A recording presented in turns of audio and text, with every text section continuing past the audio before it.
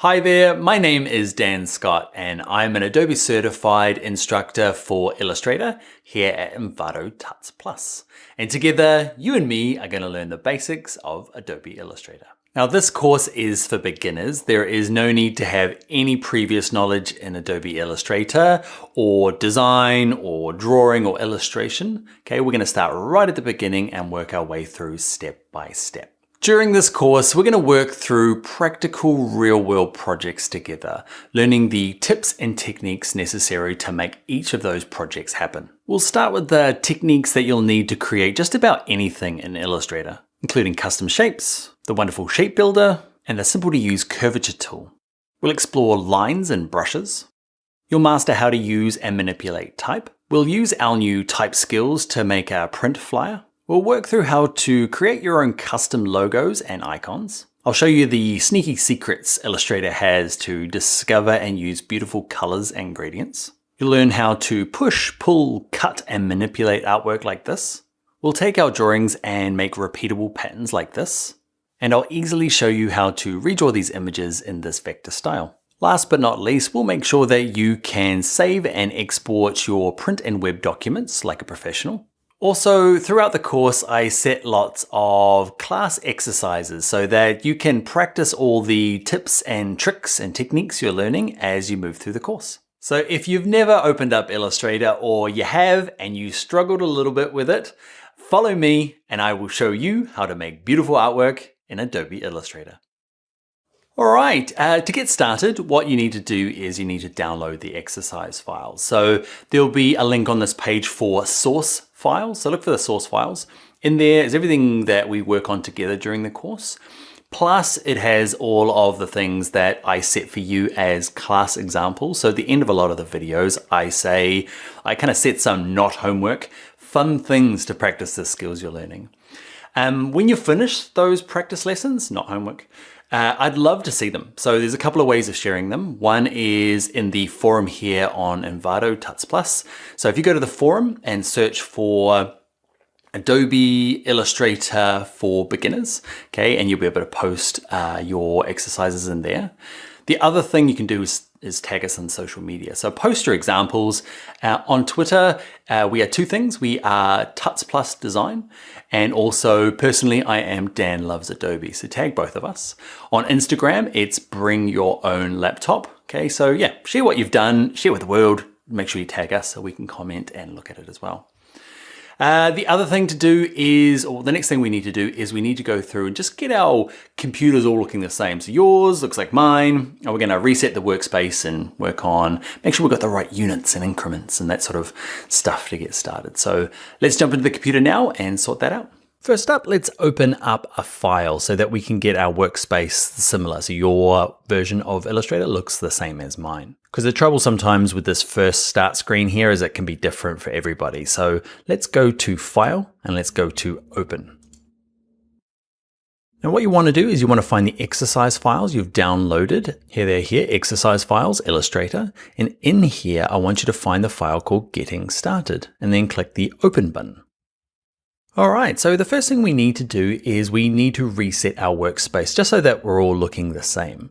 And we can do it along the top here. There's this little app bar, okay? And yours might say something different in here, but drop this down. And what you want to do is you want to click on Essentials. You want to see if there's a tick next to it. So click on it. And the second thing you want to do is come down to that exact same menu and go to Reset Essentials. And that'll just put it back to kind of a default setting. Now, if yours still looks different, it might be that you're using an earlier version of Illustrator. And what that's going to mean for you is that you can continue along with this course. Say 90% of the course is going to be still fine for you. What you're going to have a little bit of trouble with is finding out where some of these menus are because they've moved around just a tiny bit. What I mean by that, if I grab my type tool and I click and I start typing, you can see over here, it automatically says, here's my character panel and there's my font and font sizes. This properties panel did not exist in earlier versions of Illustrator. Super handy, I love it. But in earlier versions, what you're gonna have to do is when I'm looking at this character panel or things in this appearance, what you're gonna have to do is go up to Window and open them separately. This is how older versions worked. If I go down to Type, there's Character. Okay, so it's the same panel, can you see? He matches him, but he's just in this separate little window. So that's going to be a fun game if you're using, say, CS6 or CS5. But don't worry, you can continue on with most of this course. So just make sure you've set to essentials and that you've reset them. Next thing, let's look at the units and increments. Now to change the units you're using, what you need to do is have nothing selected. The best way to have nothing selected is grab your black arrow, the selection tool here, and just click off in this gray area here, just so that nothing is selected. Watch when I select on something, this properties panel changes, but when I click on the background here into kind of like no man's land, it gives me general overall settings for the document. In this case, it's currently set to centimeters.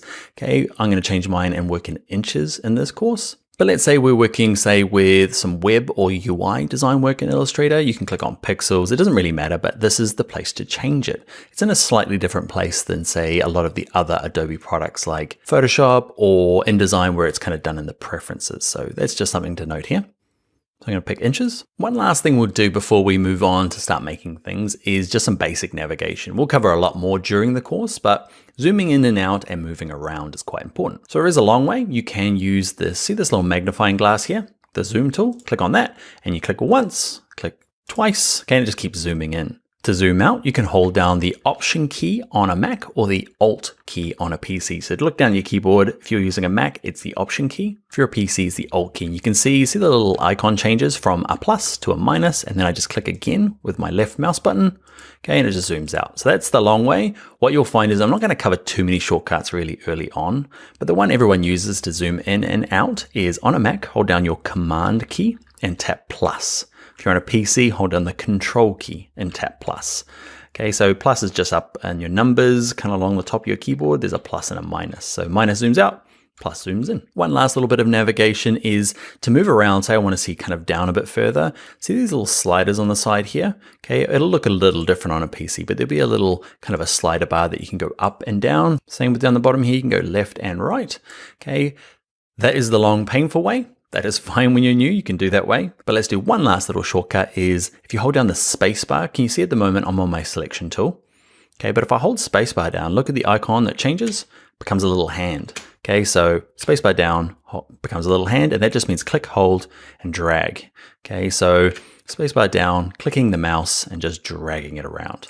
All right, that's it for the boring navigation stuff in Illustrator. I will remind you of those shortcuts throughout the course, so don't worry. But now, boring stuff over, let's get into the super exciting world of creating things in Illustrator using shapes and lines. All right, I'll see you in the next video. Hi there, in this video, we are going to set up our document so that we can start redrawing this cute little sheriff penguin using all our shapes. So we're gonna create a new document, show you how to bring in and use layers to lock this pencil drawing in the background so that we can redraw over the top of it. All right, let's get started. All right, first thing we're gonna do is we're gonna create a new document to draw our penguin on. Let's go to File, let's go to New.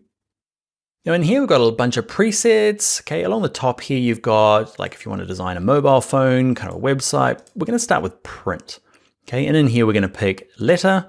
And along here, we're going to change our units to inches. We're going to make it landscape. And what you'll find is yours is probably twirled up down the bottom here. See where it says advanced options? Click on that word and this little extra option opens up.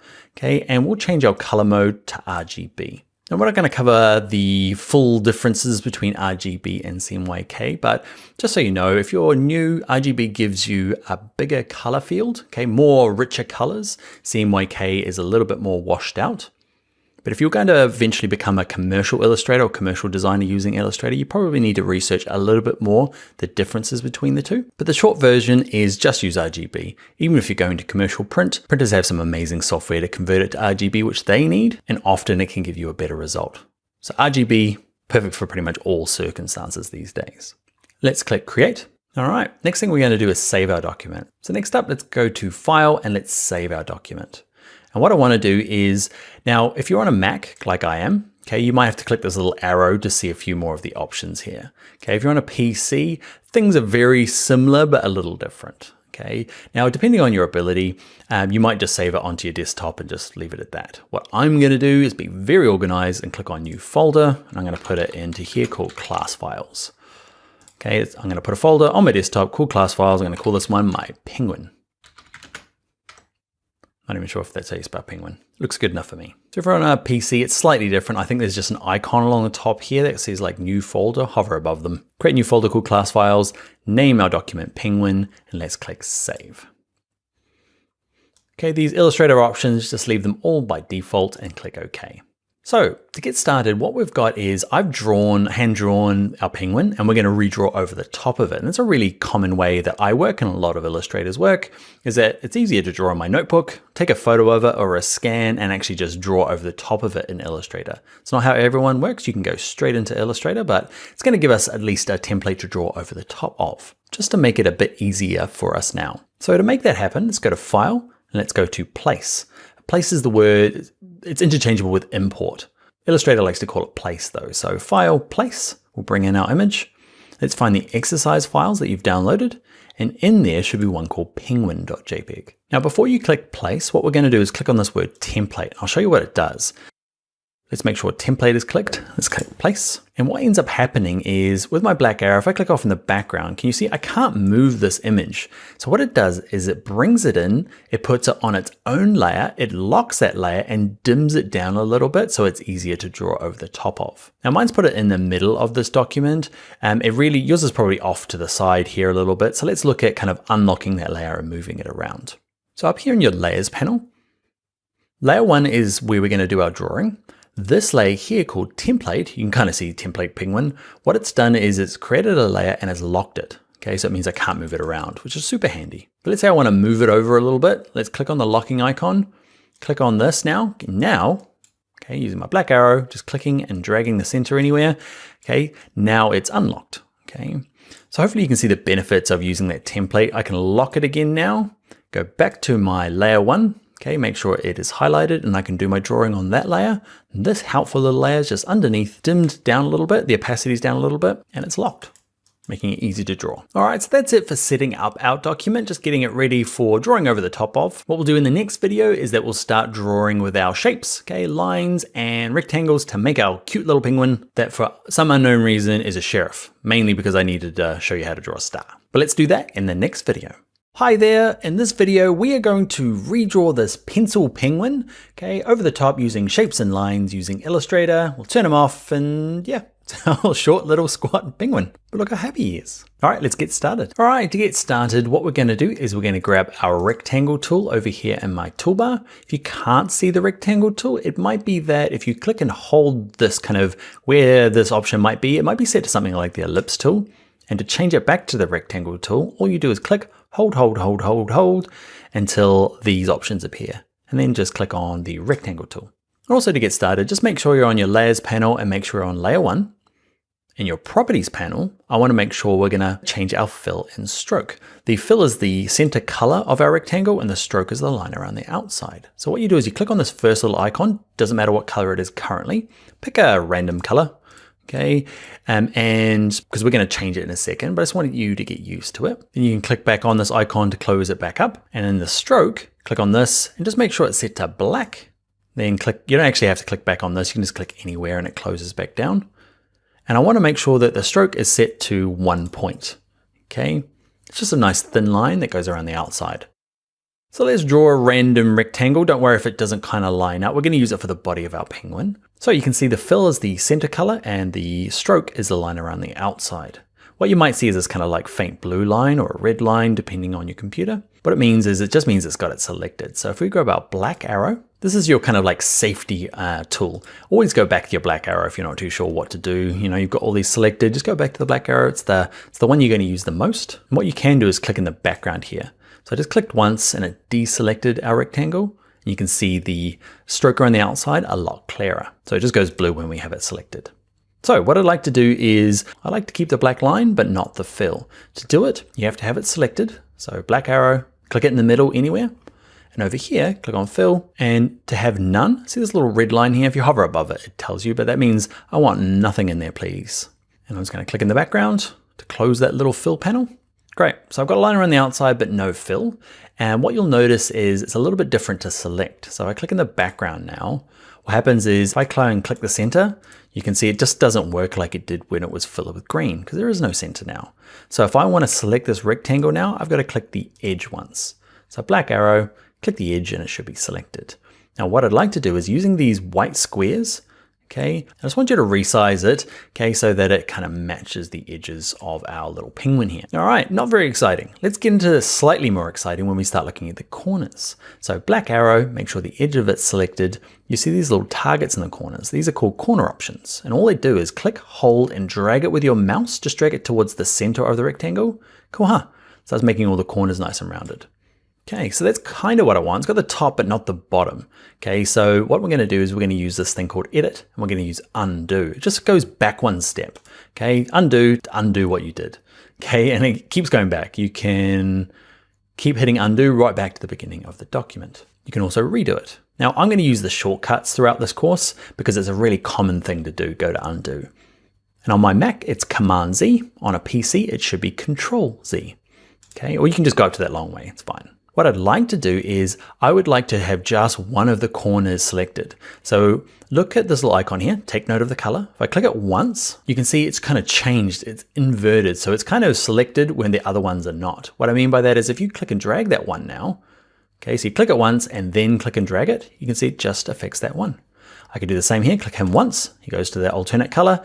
Now I click and drag him, okay, I can kind of just work with these individual corners. Now my radius is a little bit different on both sides. So what I'd like to do is go to edit, undo again. So it's back to being a square, and I'm going to show you how to click both of them. So you select the first one, like we did before, just click it once with the black arrow. But if you hold your shift key down on your keyboard, shift key is going to play a pretty big part in Illustrator. Okay, so hold down shift, click on the second one. It means that I can select more than one at a time. So these guys at the bottom aren't selected, these guys at the top. If I grab one of them, click, hold, drag it, they both come along for the ride. Now I know they match.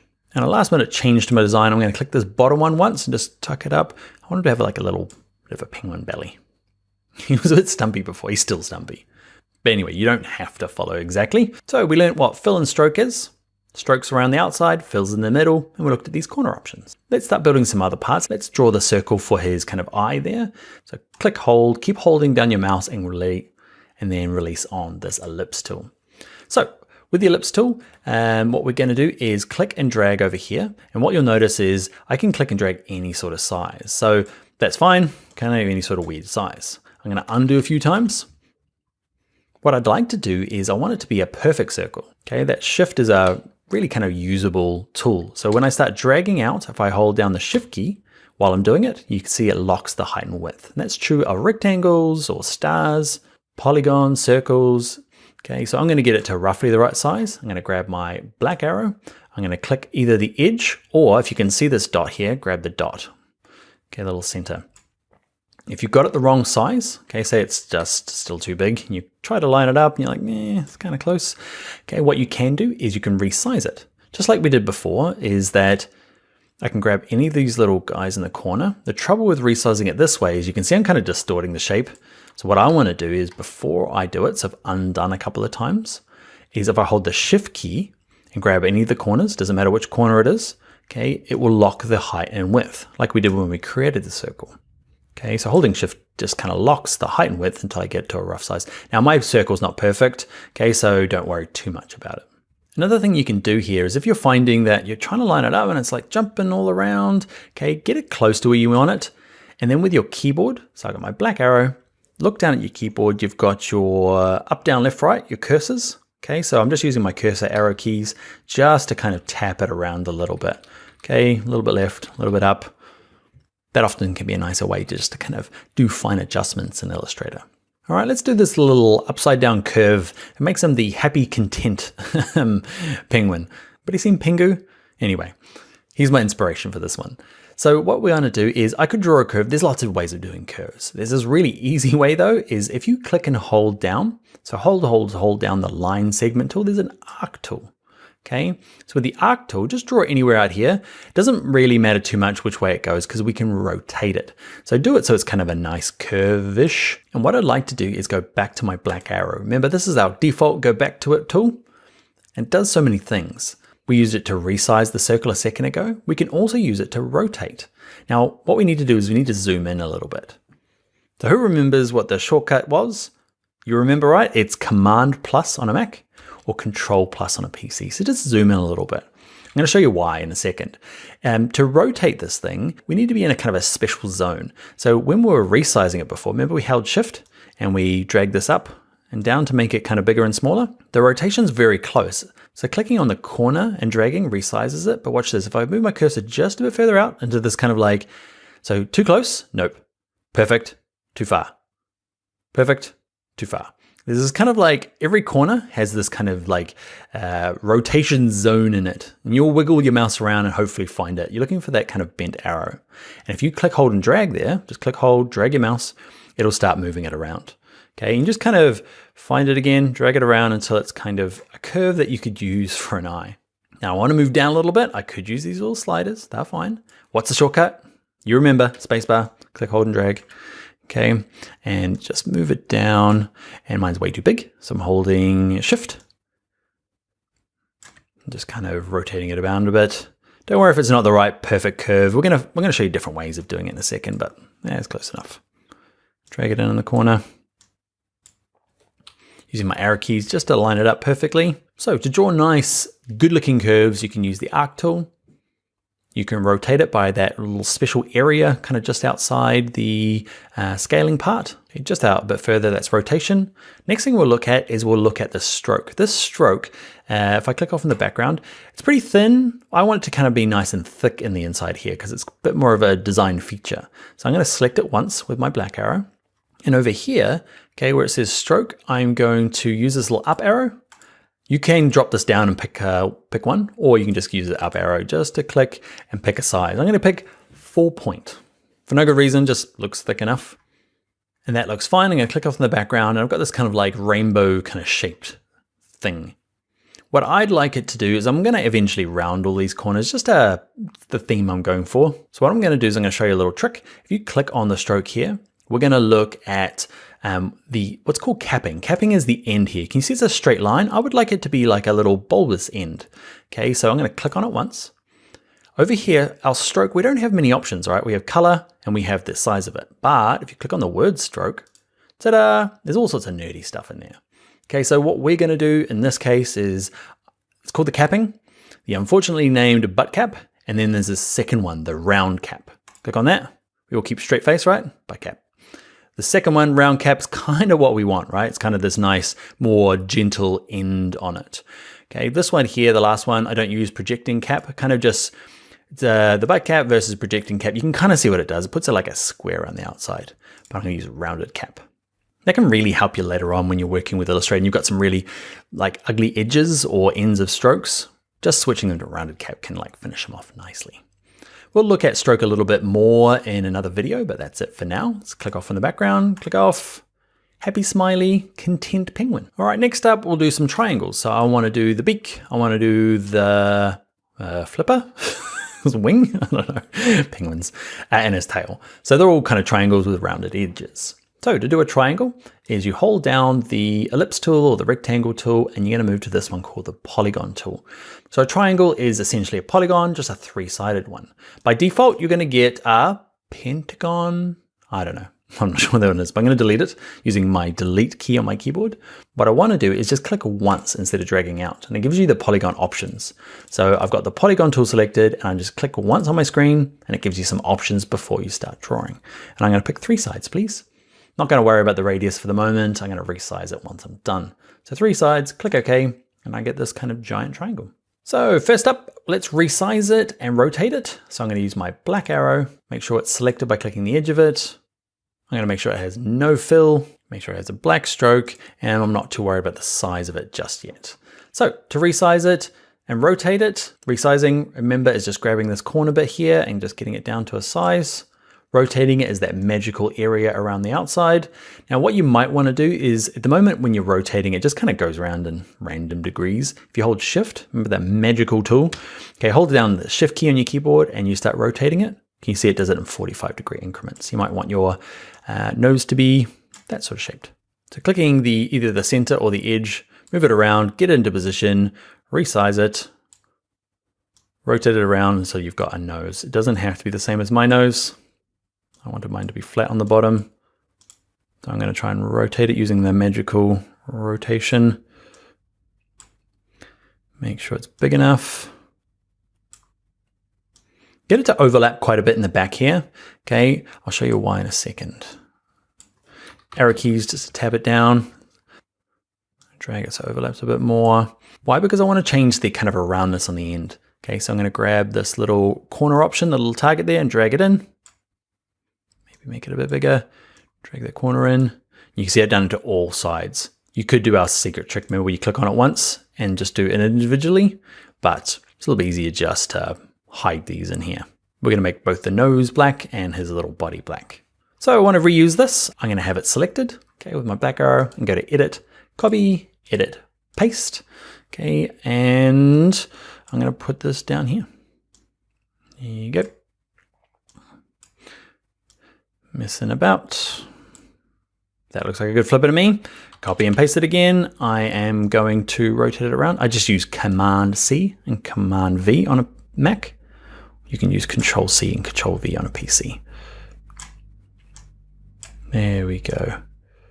Now you'll notice I'm trying to line it up down the bottom here. It does some clever stuff where it tries to like automatically line up. If yours is not doing that, it's called Smart Guides. It's under View, and you can see my Smart Guides is turned on. It's got a little tick next to it. Okay, it just means it tries to line things up automatically for you, and that's super handy. It can also be a bit of a pain as well. So you can go to View and untick it if you're not liking all that jumping around lining up stuff. Some people don't.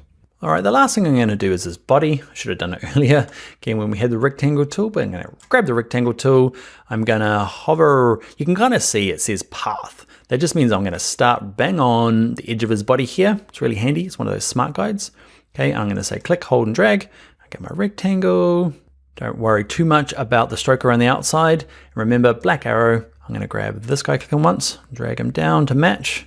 And same with this one. I'm going to click him and drag him up to match my... That's probably why I didn't do the little belly earlier on. I'm just adding more kind of things that could go wrong for us. So I'm going to try and line it up. Actually, I'm going to bring it, yeah. Oh, there you go. Perfect. That's why I didn't do it. So I've got the body. Let's do the feet as well. So I'm going to do the foot with the rectangle tool. Grab just that corner with my black arrow. I don't actually have to go to my black arrow. It's just a good habit to get into. Click on it once, drag it down. What I'm going to do is copy and paste them. So Command C, Command V, two of them. And I'm going to try and line them up. It's pretty good at lining them up depending on which corner you grab it. So you'll notice that if I grab the center here, oh, it intersects. Very good. Nice. He's got two little feet at the bottom. All right, let's look at a couple of the other drawing tools. We're going to use just the regular old straight line. Okay, the line segment tool. It's a fancy word for just drawing a line.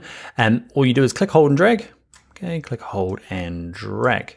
Those are two little, I'm not even sure what they are, little feathers out the back of his head, but what I'd like to do as well is change the width of this. Okay, I'm gonna match maybe this. So I'm gonna remember it was 4 point, I think we used for that, and we changed the capping. Okay, so what I wanna do is do both at the same time. So what I'm gonna do is go to Edit, Undo, Undo, until it was kind of back to the same shape it was. So like we did with the corner options, we can select more than one at a time, and it's that same key. So I have my black arrow, I have the first one selected, then I hold down Shift and click in the middle of the second one. So I have both of them selected at the same time. Now over here in stroke, I'm going to say I'd like you to be 4 point, and under stroke, I'd like to change from that one to that one. All right, let's look at the last kind of new thing I want to show you. We'll draw the rectangles and stuff for the water and the weeds, but this one here, why did he get a sheriff badge is it's only purely so I could show you how to draw a star and a polygon. Okay, you know how to draw a polygon probably. Okay, click, hold the rectangle tool. We saw it before, polygon. And it remembers the last setting. So the last time we used it, we said be 3 sides. So it's kind of defaulting to that now. So what we're gonna do is remember just click once out here, put it back to what it was, which was 5 sides. Click OK, and we get our pentagon, I think. Octagon? No, pentagon. I want to lock in pentagon.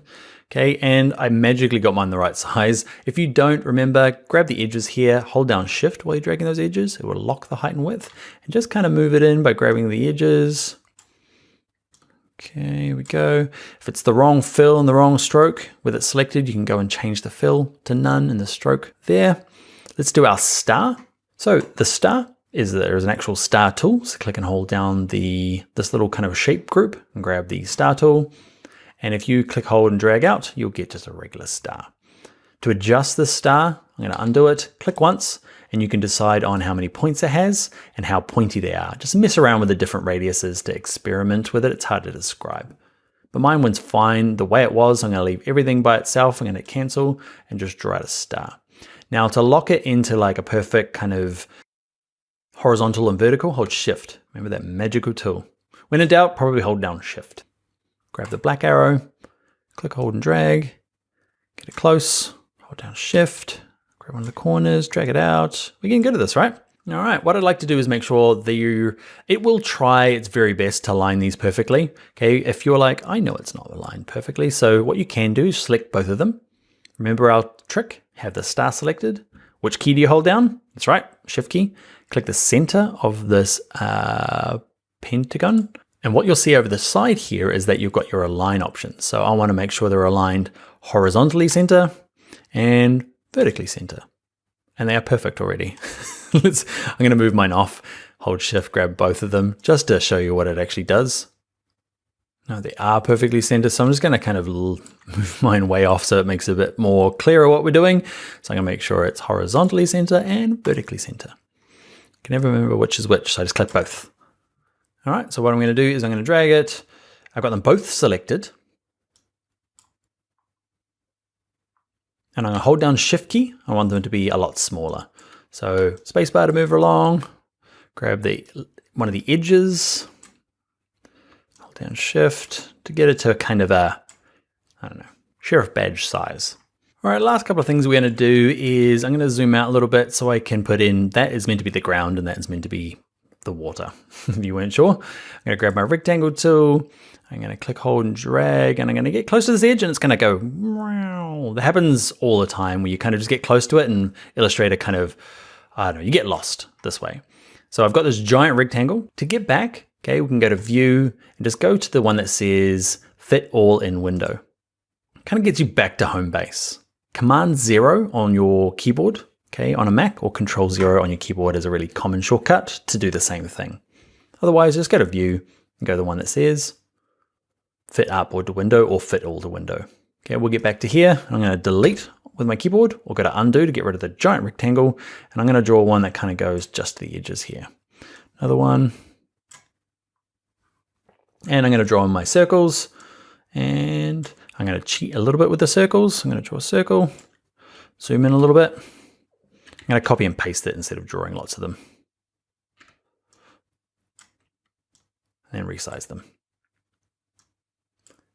It's not even cheating. It takes just as long. Maybe even just easier drawing them.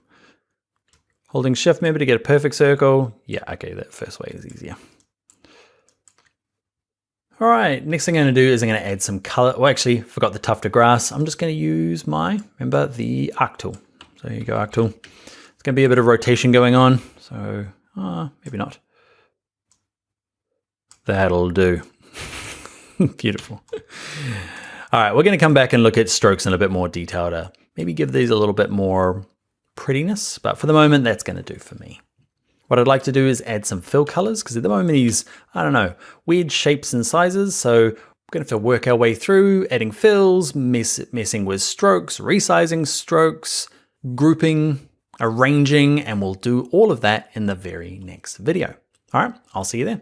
Hi there. This video, we're going to take our drawing from the last video and do this to him. We're going to color him in, but along the way, we're going to learn how to use grouping, arranging, what isolation mode is, all sorts of fun stuff. Let's get started. All right, let's look at grouping, arranging. We're also going to color them in. If that sounds real simple, hang around because there's things like isolation mode that you really need to understand before moving on. All right, so first up, let's turn off our trace layer. Okay, it was useful for getting us here, but we don't need it anymore. So under your layers panel, let's just turn the eyeball off.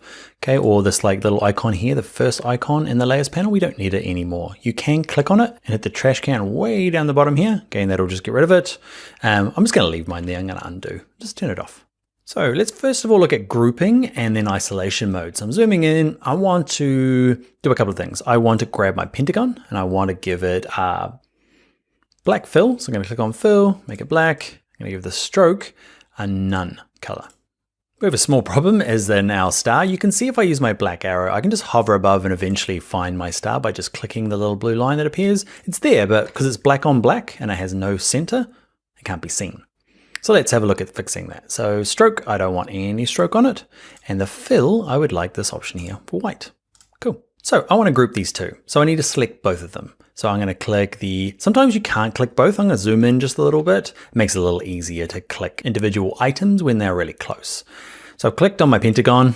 Okay, I'm going to hold shift and click on my star. So I've got them both selected. So what I want to do is group them so that they kind of stick together.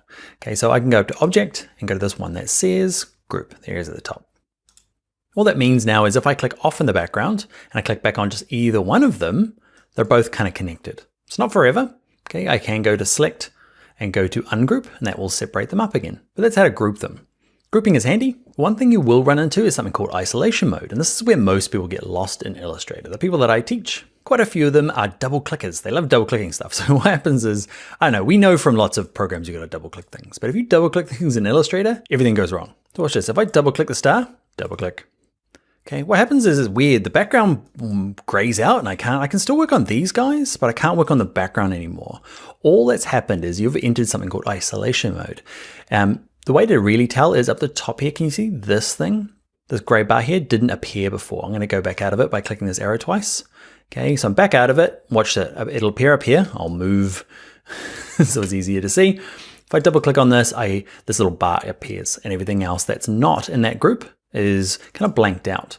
Why do we have it? It's mainly to confuse everybody that I'm teaching, but it actually has a really good use. It means that when I'm back out of here, so I've got these things together, but I want to kind of move them. I want the star in a different position to the pentagon. So instead of going to ungroup and then moving around and then regrouping them, what you can do is just double clicking them and think of it as going inside that group. We've kind of dived inside. Everything else is grayed out. It's not important now. We're inside this group. Okay, now these guys are separate again. So I can go, actually, I want my star to be, I don't know why, but you want it down there.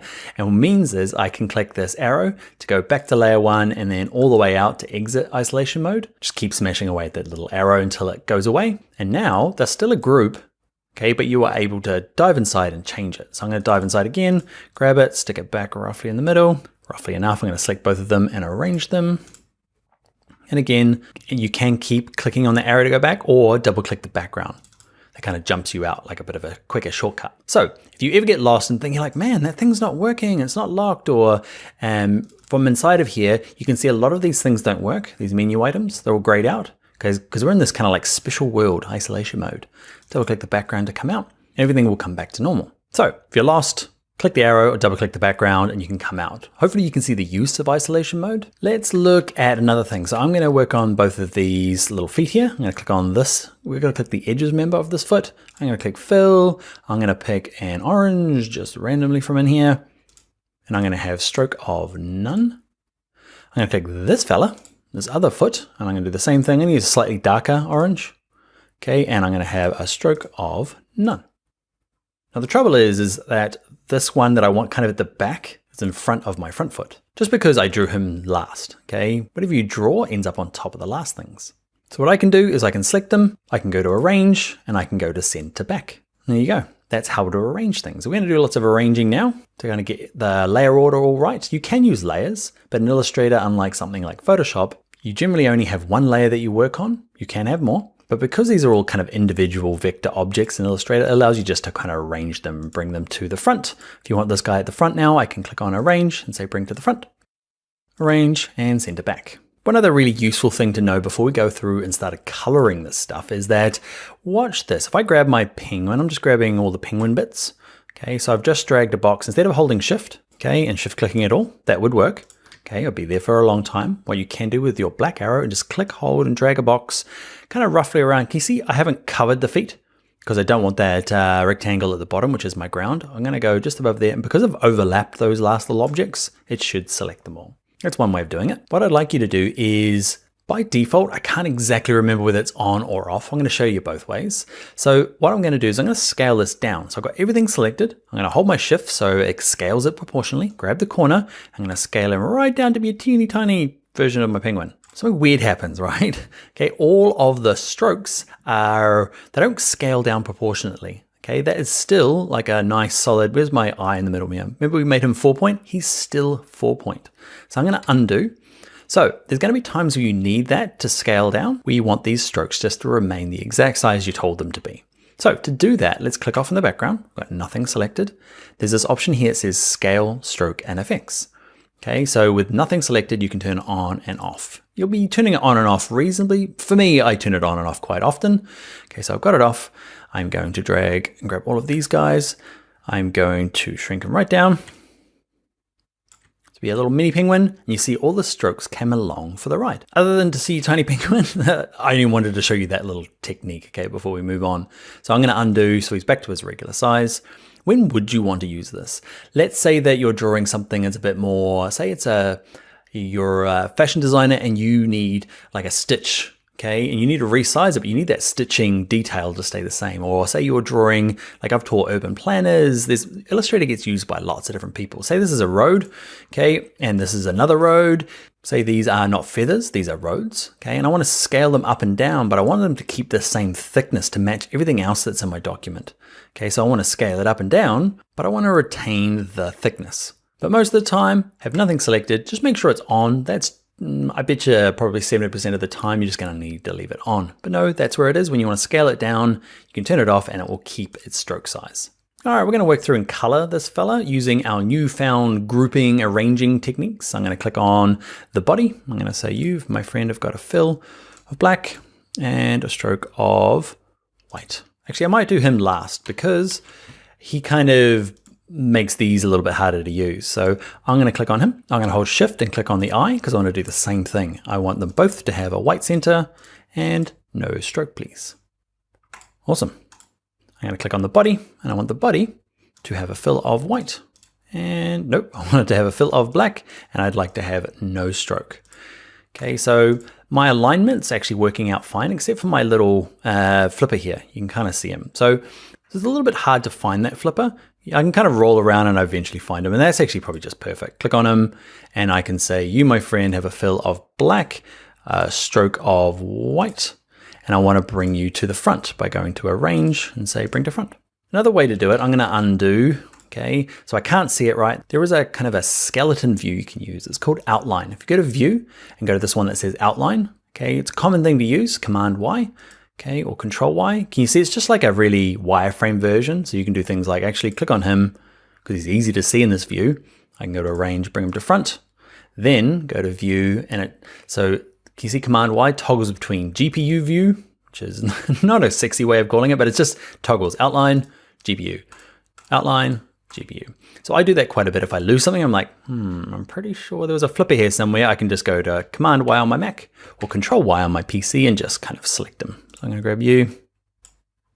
I'm going to give him a no stroke. I want you to be the same. You are going to have no stroke and a black fill, my little beak. I'm going to grab you, who are nicely grouped, my little sheriff's badge. Penguin. You notice I should have selected all of these in one go because they're all doing the same thing. I can do another little trick is, can you see this little eyedropper tool here? Okay, it's this eyedropper tool.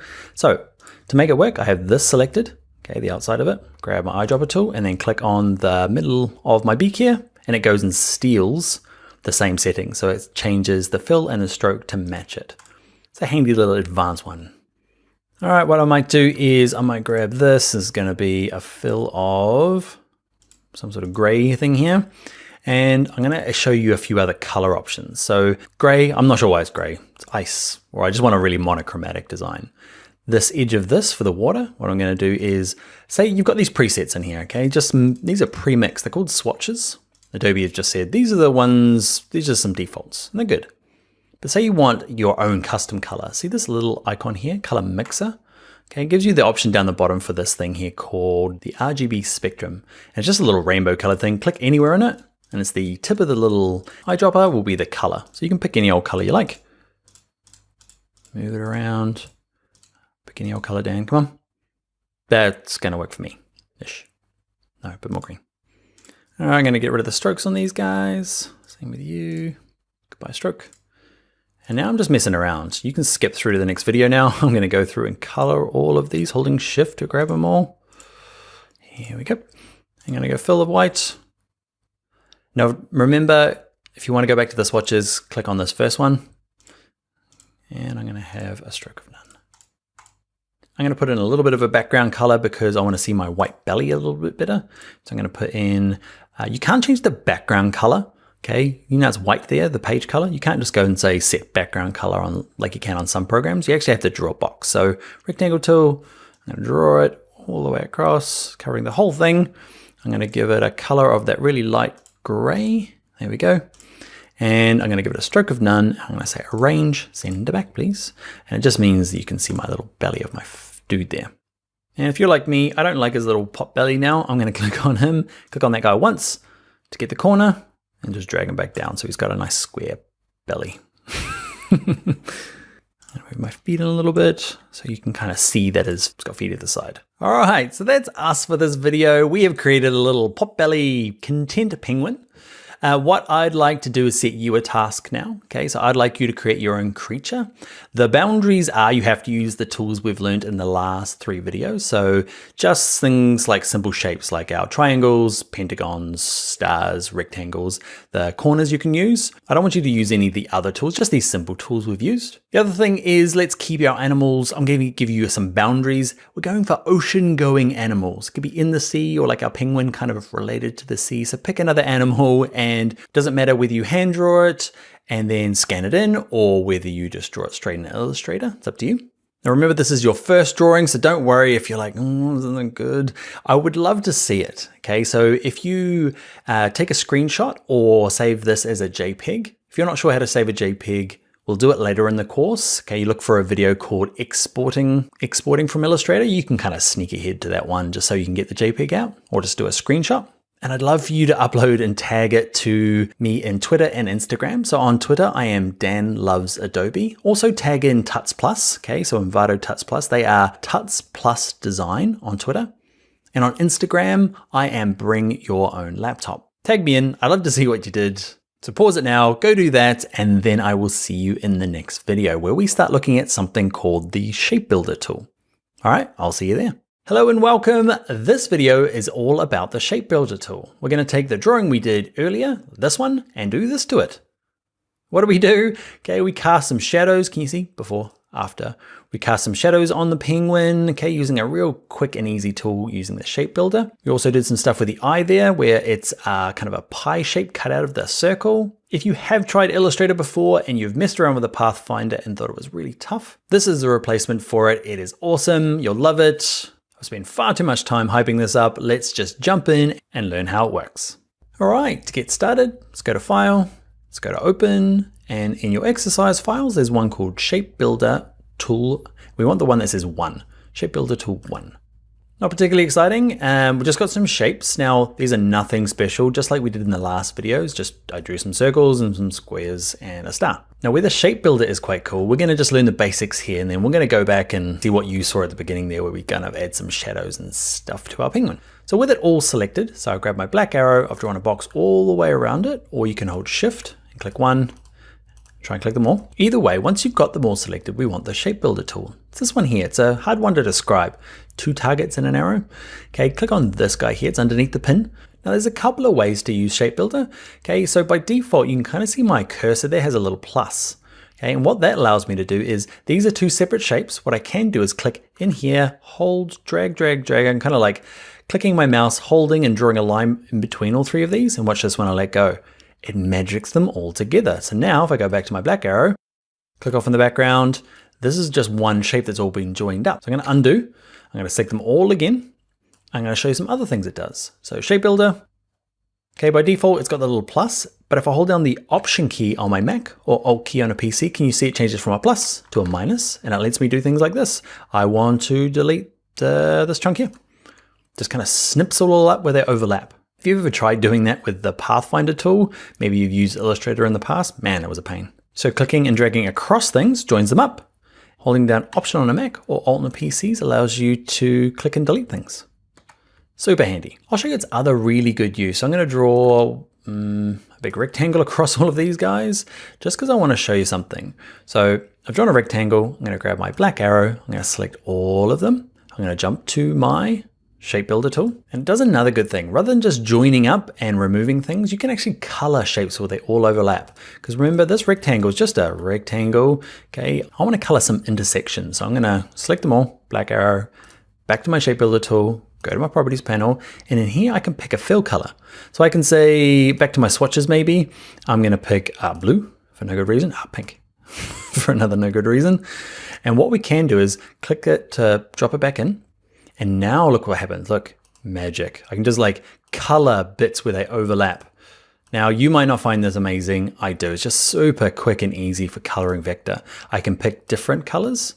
So instead of trying to join them and break them apart and make them complete shapes, I can just click a fill color and just click on one of these separate shapes. Now, if you feel totally underwhelmed by this tool, it's because I've got a really simple exercise here just to get the basics going. So remember, click and hold and drag across to join things. Hold down the Option key or Alt key on a PC to minus things. You can drag across with minus as well to minus big chunks. And remember, with nothing held down, I can just pick a fill and then just click on them to color. So I'm going to close this down and we're going to open up another file. So I'm not going to save it because we didn't do anything very exciting. Some terrible colors there. What I'd like you to do now is go to File, go to Open, and I want you to open up Shape Builder 2. So this exercise here, we're going to do some more practical uses of that Shape Builder tool, and hopefully you'll see the value then. First thing I want to do before I get started, black arrow, I'm going to click on my sky. It's this kind of big gray box in the background here. What I want to do is something unrelated to the Shape Builder tool, but often useful when you've got like this background color. I want to put it on its own layer and lock it, so it's not getting in the way of me working on my penguin here. So with it selected, okay, I'm going to go to my layers panel. I'm going to make a brand new layer. There's this little turned up page here, create new layer. Up the top all the way up here, it's giving me this thing called layer 3. I'm going to double click the word layer 3. I'm going to call this background. Just to give everything a name, layer 1, okay, is where all my drawing is. I'm going to double click layer 1 and this is going to be my drawing. So background has nothing on it at the moment. It's a layer with nothing on it. What I'd like to do is put the sky on it and then lock it. So to do that, black arrow, make sure the sky is selected. You can see this little blue dot here. Okay, that means that's indicating that it's on this layer here. The sky is actually on the drawing layer. To move it to the background layer, click and hold this little blue spot until he goes to this layer.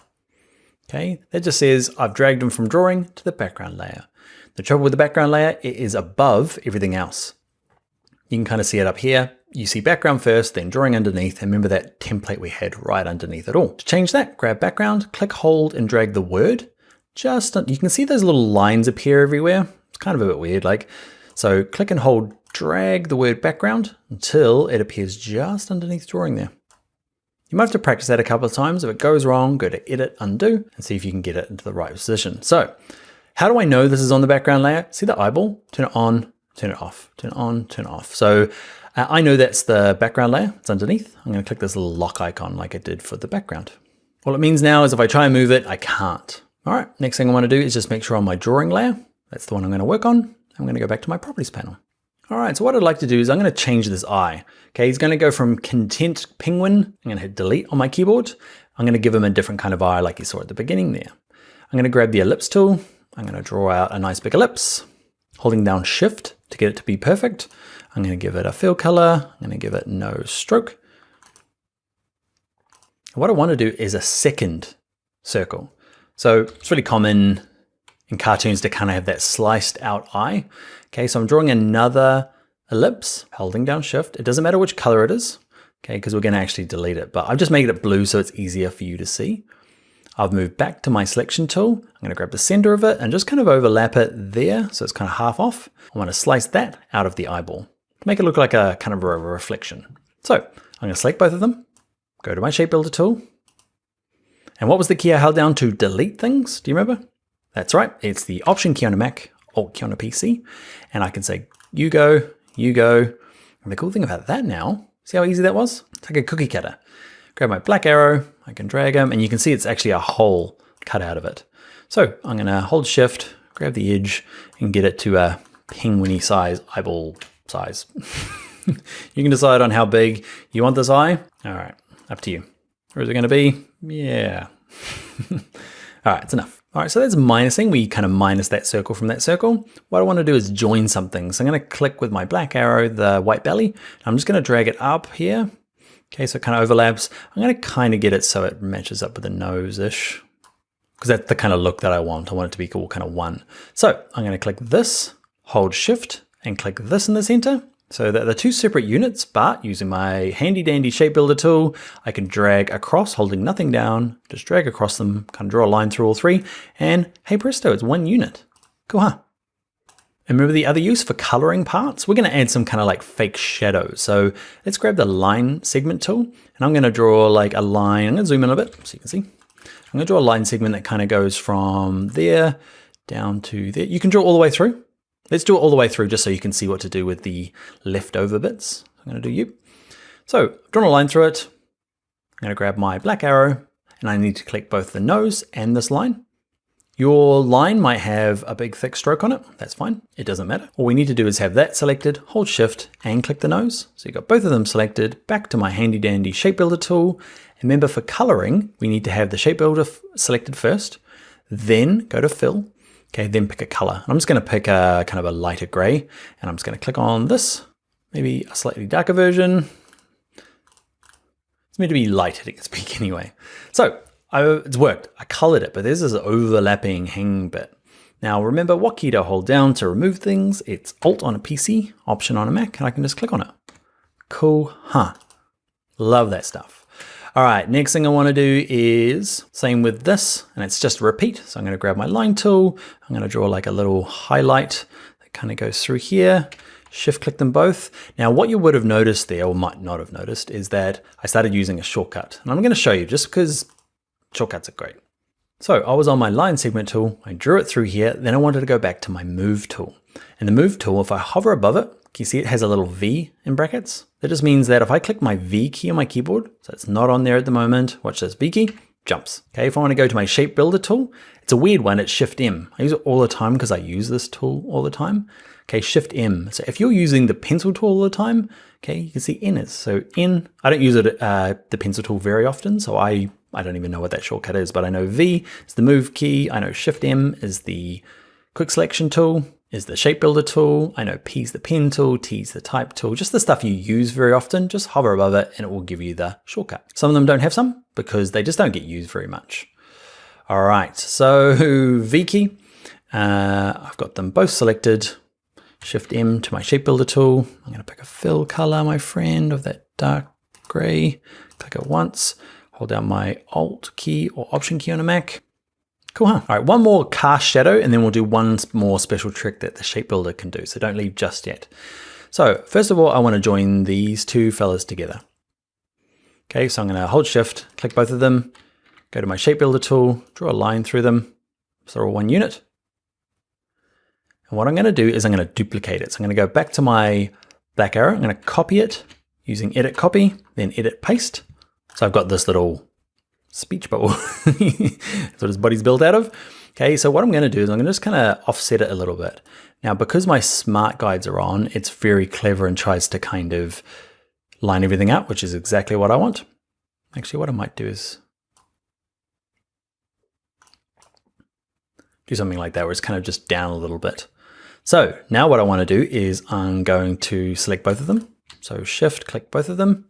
If you're not sure if you've got both of them, just kind of move them and then undo it to go back. And I use this for that kind of vector cast shadows all the time. We're going to use the same trick. Pick a fill color. I'm going to use that lighter gray. That doesn't work unless you're on the shape builder tool. I was on my selection tool there. So when I changed my fill, it just changed everything. Make sure you're on your shape builder first. Pick your fill color. And then over here, just click on that once. Okay, go your black arrow. I've got all this junk left over. Okay, this thing here, I don't need them anymore. Delete. I used them just to kind of get that. Ooh, it's a bit bright. Is that better? You get what I mean, right? So I used it to cast the shadow. There's a weird thing down the bottom here. I'm not sure where he came from. I'm gonna hit delete, he's gone. So I promised you one other little trick you can do with the shape builder tool is that, remember when this tail was separate from the back? Okay, now that they've joined with the shape builder tool, it allows you to do cool things like this. Grab your white arrow.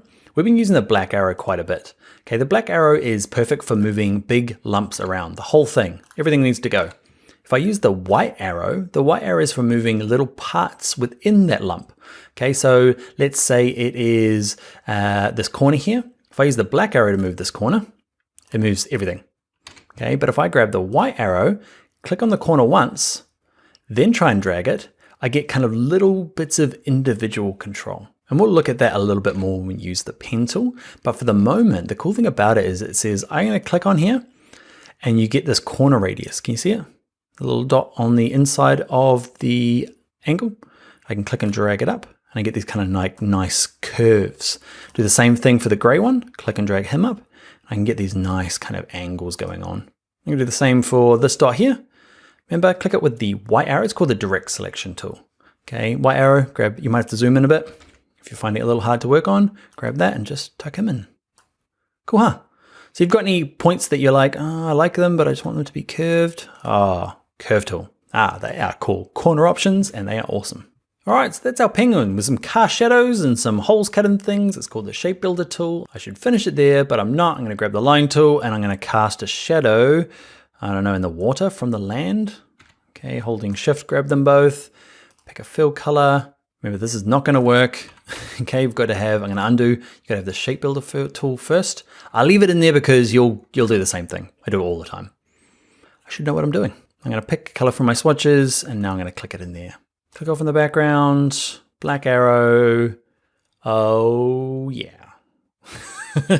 It's cool, it all kind of suits except for this thing where we drew. I want to delete them so bad, but we'll come back later on and I will show you how to give them a bit more flavor using something called brushes. But for the moment, we're going to move on to the next video where we create a kind of custom logo. What I really want to do is show you how the shape builder tool works when we're not just drawing penguins, but when we're working, say, with icons or logos. And we'll do that in the next video. Hi there, in this tutorial we are going to turn this pile of lines into this M that looks like it's kind of wrapping around on itself. We're going to use our shape builder tool again, but we're going to learn other tricks and tips for it so you can continue your mastery of Illustrator. Let's jump in and get started. All right, to get started with this one, it's going to go to File and we're going to go to a brand new document. So File, New. Mine's defaulted to my recent items. If yours hasn't, go to Print, go to US Letter or A4. I'm going to pick a landscape just because. And down here under Advanced Options, I'm going to switch it up to RGB. Okay, let's click Create. Let's save it. So File, Save. I was using my shortcut there. File, Save is Command S on a Mac, Control S on a PC. And on my desktop, I've got my class files. Oh man, how efficient are we? This is going to be my M logo. And often when I'm working on things, anything in Illustrator, I'll put a V1 at the end and a V2 and a V3 when I'm kind of doing updates. Never call it just logo, because then you have to come up with something else for your number 2. And it might be 2, or you might put in, never put in final. Final's like the kiss of death, because then you have to come up with final 2 and final revisited, clever name. So I find the V1, V2, V3 works just fine. Some people like to put the date at the end, up to you. My logo V1 sounds good to me. Click Save. Never have to change this, just click OK. And to center my document, Command 0 on my keyboard. Okay, just to get it right in the middle. If you're on a PC, it's Control 0. All right, so I'm going to draw my logo using straight lines, okay? And we're going to use the shape builder to kind of delete the bits we don't. It's a good project to see how useful the shape builder tool is, creating some just more stranger shapes. So we're going to use the line segment tool. I'm going to draw all out of lines and I want a straight line up and down. If I click and drag though, remember it goes any which way I drag it, but what key could I hold down on my keyboard to get it to go straight? You guessed it, Shift key. Okay, if I hold down the Shift key, it locks it into 45-degree increments, and I just want it to be straight up and down. Okay, so I'm gonna drag it down. How long? Everyone's M gonna look a little different. I'm just gonna freehand it. So I want 2 of these little lines. So with my black arrow, I'm gonna go to Edit, Copy, Edit, Paste. So I had it selected, Edit, Copy, Edit, Paste, grab the center, drag it along, and it should try and line up. If it doesn't try and line up, just make sure you're under View, your Smart Guides is turned on, should be a little tick next to it. If it's not, give it a click, and you should start working. So let's group these 2. Okay, Object, let's group them. Because I wanna, with them selected, go to Copy, go to Paste. So I've got a second set. I'm gonna draw the kind of like the inner part of the M, okay, at an angle. And remember, just using my black arrow, some vaguely outside of the corner, we get the little bent arrow. Click and drag it until you feel like you've got the angle right. And there is no right, I'm just kind of drawing something.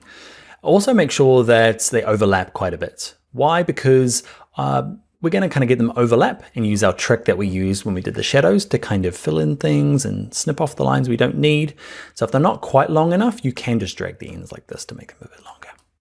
What we'll also do is we'll group these two together, because what we want to do now is, like, instead of trying to get the right angle on the other side, is we're just going to reflect this one across. So what we're going to do is select them both. Let's group them just to make it easier on ourselves, and then go up to Object, and there's one in here called, so Object, Transform, there's one in here called Reflect. Now weirdly, your preview is not going to be on, okay, because it was weird. Horizontal, vertical, picking an angle, it doesn't matter, it's not going to show up over here. So what you need to do is turn on preview, so that if you're like me and you're like, vertical, horizontal, there's even a little handy icon there. Thank you. Okay, if I click OK now, the trouble with it is that it's kind of deleted my original and reflected it across. That's what this little copy button here means. It means that I can make a copy of it and flip it, leaving the original there. Let's just click the button down and see what it does. So there you go. You've got the original, there he is there, and the new one. If you just click OK, you'll only have this fella left. So what I'd like to do is kind of line them up roughly so they look like an M. Don't worry too much about it, what kind of M you have. I'm trying to visualize the M in those sticks. What I want to do though is make sure that they're aligned, because at the moment I think this one hangs down lower than this one. So I'm going to select both of them, and I'm going to say let's arrange, it doesn't really matter which one, but it needs to be vertically. There you go. So at least all the way down the bottom there together. Okay, next thing I want to do is zoom in a little bit. I'm going to use lines to kind of cap these ends off. So I'm going to use my line tool, no fill, black stroke. I'm going to use 1 point. And what I'm going to do is, watch this. If I hover above this, okay, line, you can see this is where it says path. Path is the name that Illustrator, it's the nerdy name for a line. Okay, so Illustrator will call it paths. The cool thing about it is, see this where it gets up to here where these two lines join? It says intersect. It just means, do you want to draw something that intersects these two lines? And be like, yeah, that's awesome. Thank you, Illustrator. I want to click, hold, and drag it. And what you want to notice is that, what's the handy shortcut? I can make it to go straight. That's right, Shift. And I find with using this tool, it's always better to go past where you need it. It's easy to trim off, but sometimes it can be a little bit, if you don't quite get it banged in there perfectly, I find just going past where you need it to be is a lot better. Same thing over here, clicked and dragged all the way through. And what I might do for this one here is click, hold, and just drag through then I need it. Gives me a better result. Same with these bottom ones, I'm going to click, hold, and drag across all of these, all the way through. And now we're going to use our super fancy shape builder tool to trim off all the stuff we don't need. So black arrow, draw a box around it all, make sure you've got it all selected. We're going to grab our shape builder tool, and we're going to start deleting things. To delete things, remember, what key do you hold down? That's right, Option key on a Mac, Alt key on a PC, and click and drag through all of this stuff. Sometimes you need to do it twice, just because. Okay, drag through it all. Clicking and dragging through. You can just click them once, click them once, or click them again. Sometimes you gotta click them a few times. There's some stuff in here I want to drag past. Get rid of you, get rid of you, get rid of you. Drag through all of that, through all of that. There we go. We've kind of trimmed it up to something that looks a little bit nicer, at least more like an M. Now I want to kind of make it so that this bit goes all the way and that joins it across. So remember, you don't have to hold anything down to join them up. So I'm going to click and drag across all three of these to make it one unit.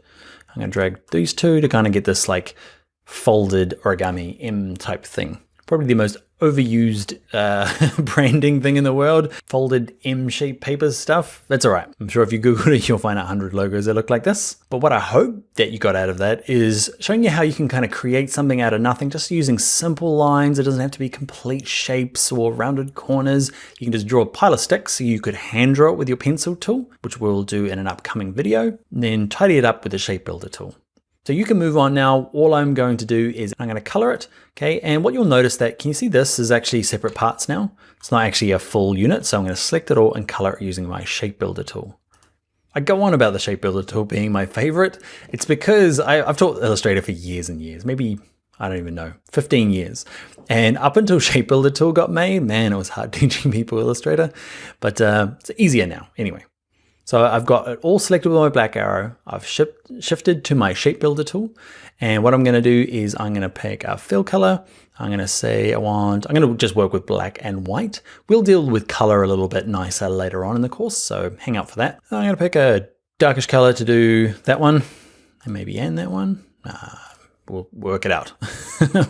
Winging this. We'll use a slightly lighter gray for this one, and even lighter gray for this one. Even lighter. Come on, Dan. And this last one here will be, I don't know, darker but lighter. I want to use color, but we're segmenting this out so we're not overwhelming everyone. Oh, glorious. One thing I might do is, can you see these little guys point out in the corners here? I'm going to get rid of my strokes completely. And we'll cover it a bit more when we do lines, but I'm just going to delete them. So strokes are going to be none. So I've just got kind of a full color. Whenever you're presenting a logo, I always find, I don't know why, it might just be me. I'm going to draw a giant rectangle in the background because what I like to present on is a darker kind of gray. Logos are cool. You never get to use them on this dark gray, but they always look nice presented against a nice solid gray. So with my black arrow, I've got it selected. I'm going to say arrange center back, and I picked the same gray as that. So you, my friend, need a different gray. Darker. Oh yeah, look at that. How good is that M? All right, that is going to be us. I hope you enjoyed it. I enjoyed making it. I too want you to enjoy the joys of drawing lines. You've probably done the M with me. I would like you to pick another letter. Try not to pick anything that has a roundy part because we just drew it with lines. So pick a letter that can be drawn with straight lines, and I'd love to see what you do. Try your first name or your last name, whatever the first initial is or the last initial is. Mine's Dan Scott, so it's terrible. D's and S's aren't good for this tutorial.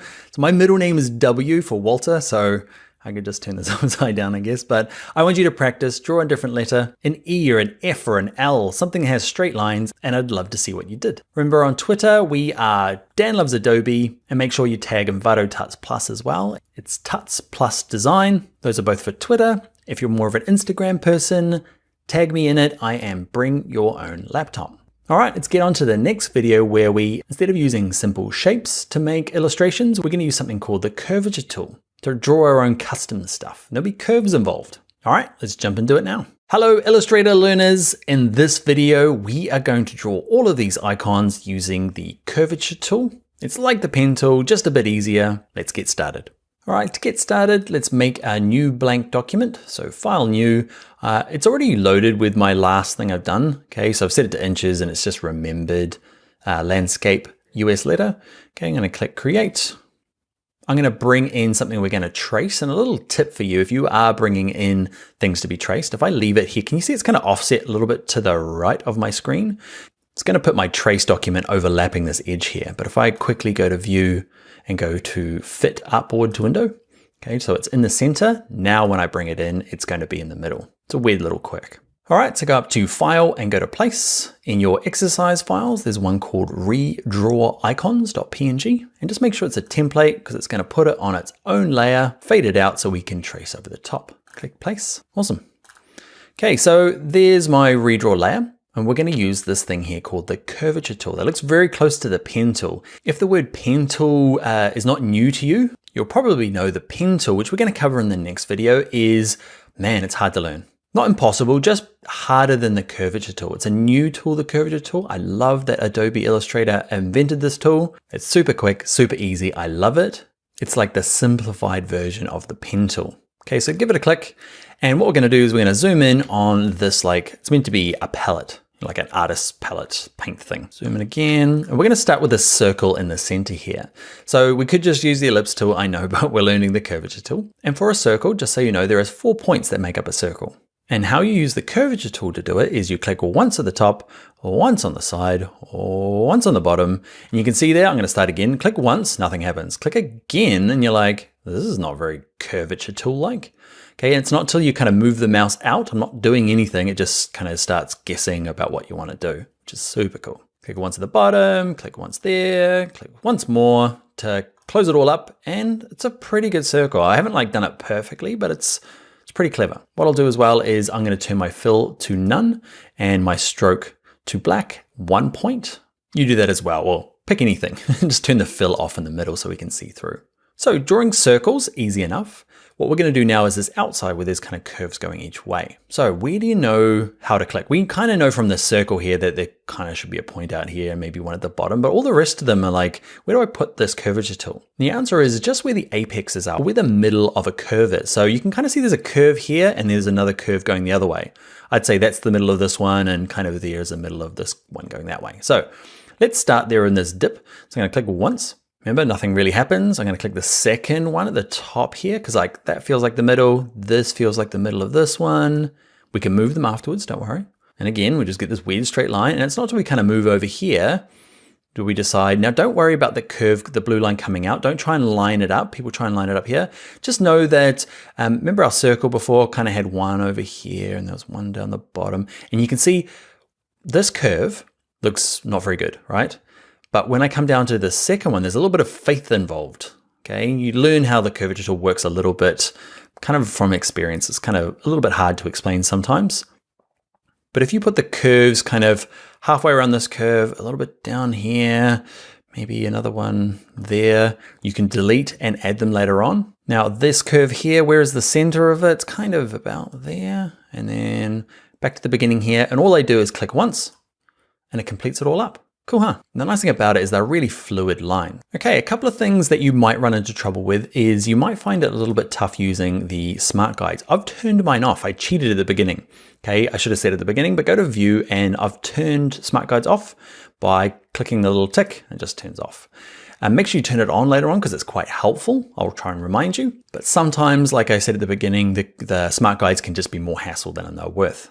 All right, what else can we do with this curvature tool? Say you kind of like it and you're like, oh, it's almost there. This one's a little bit wrong.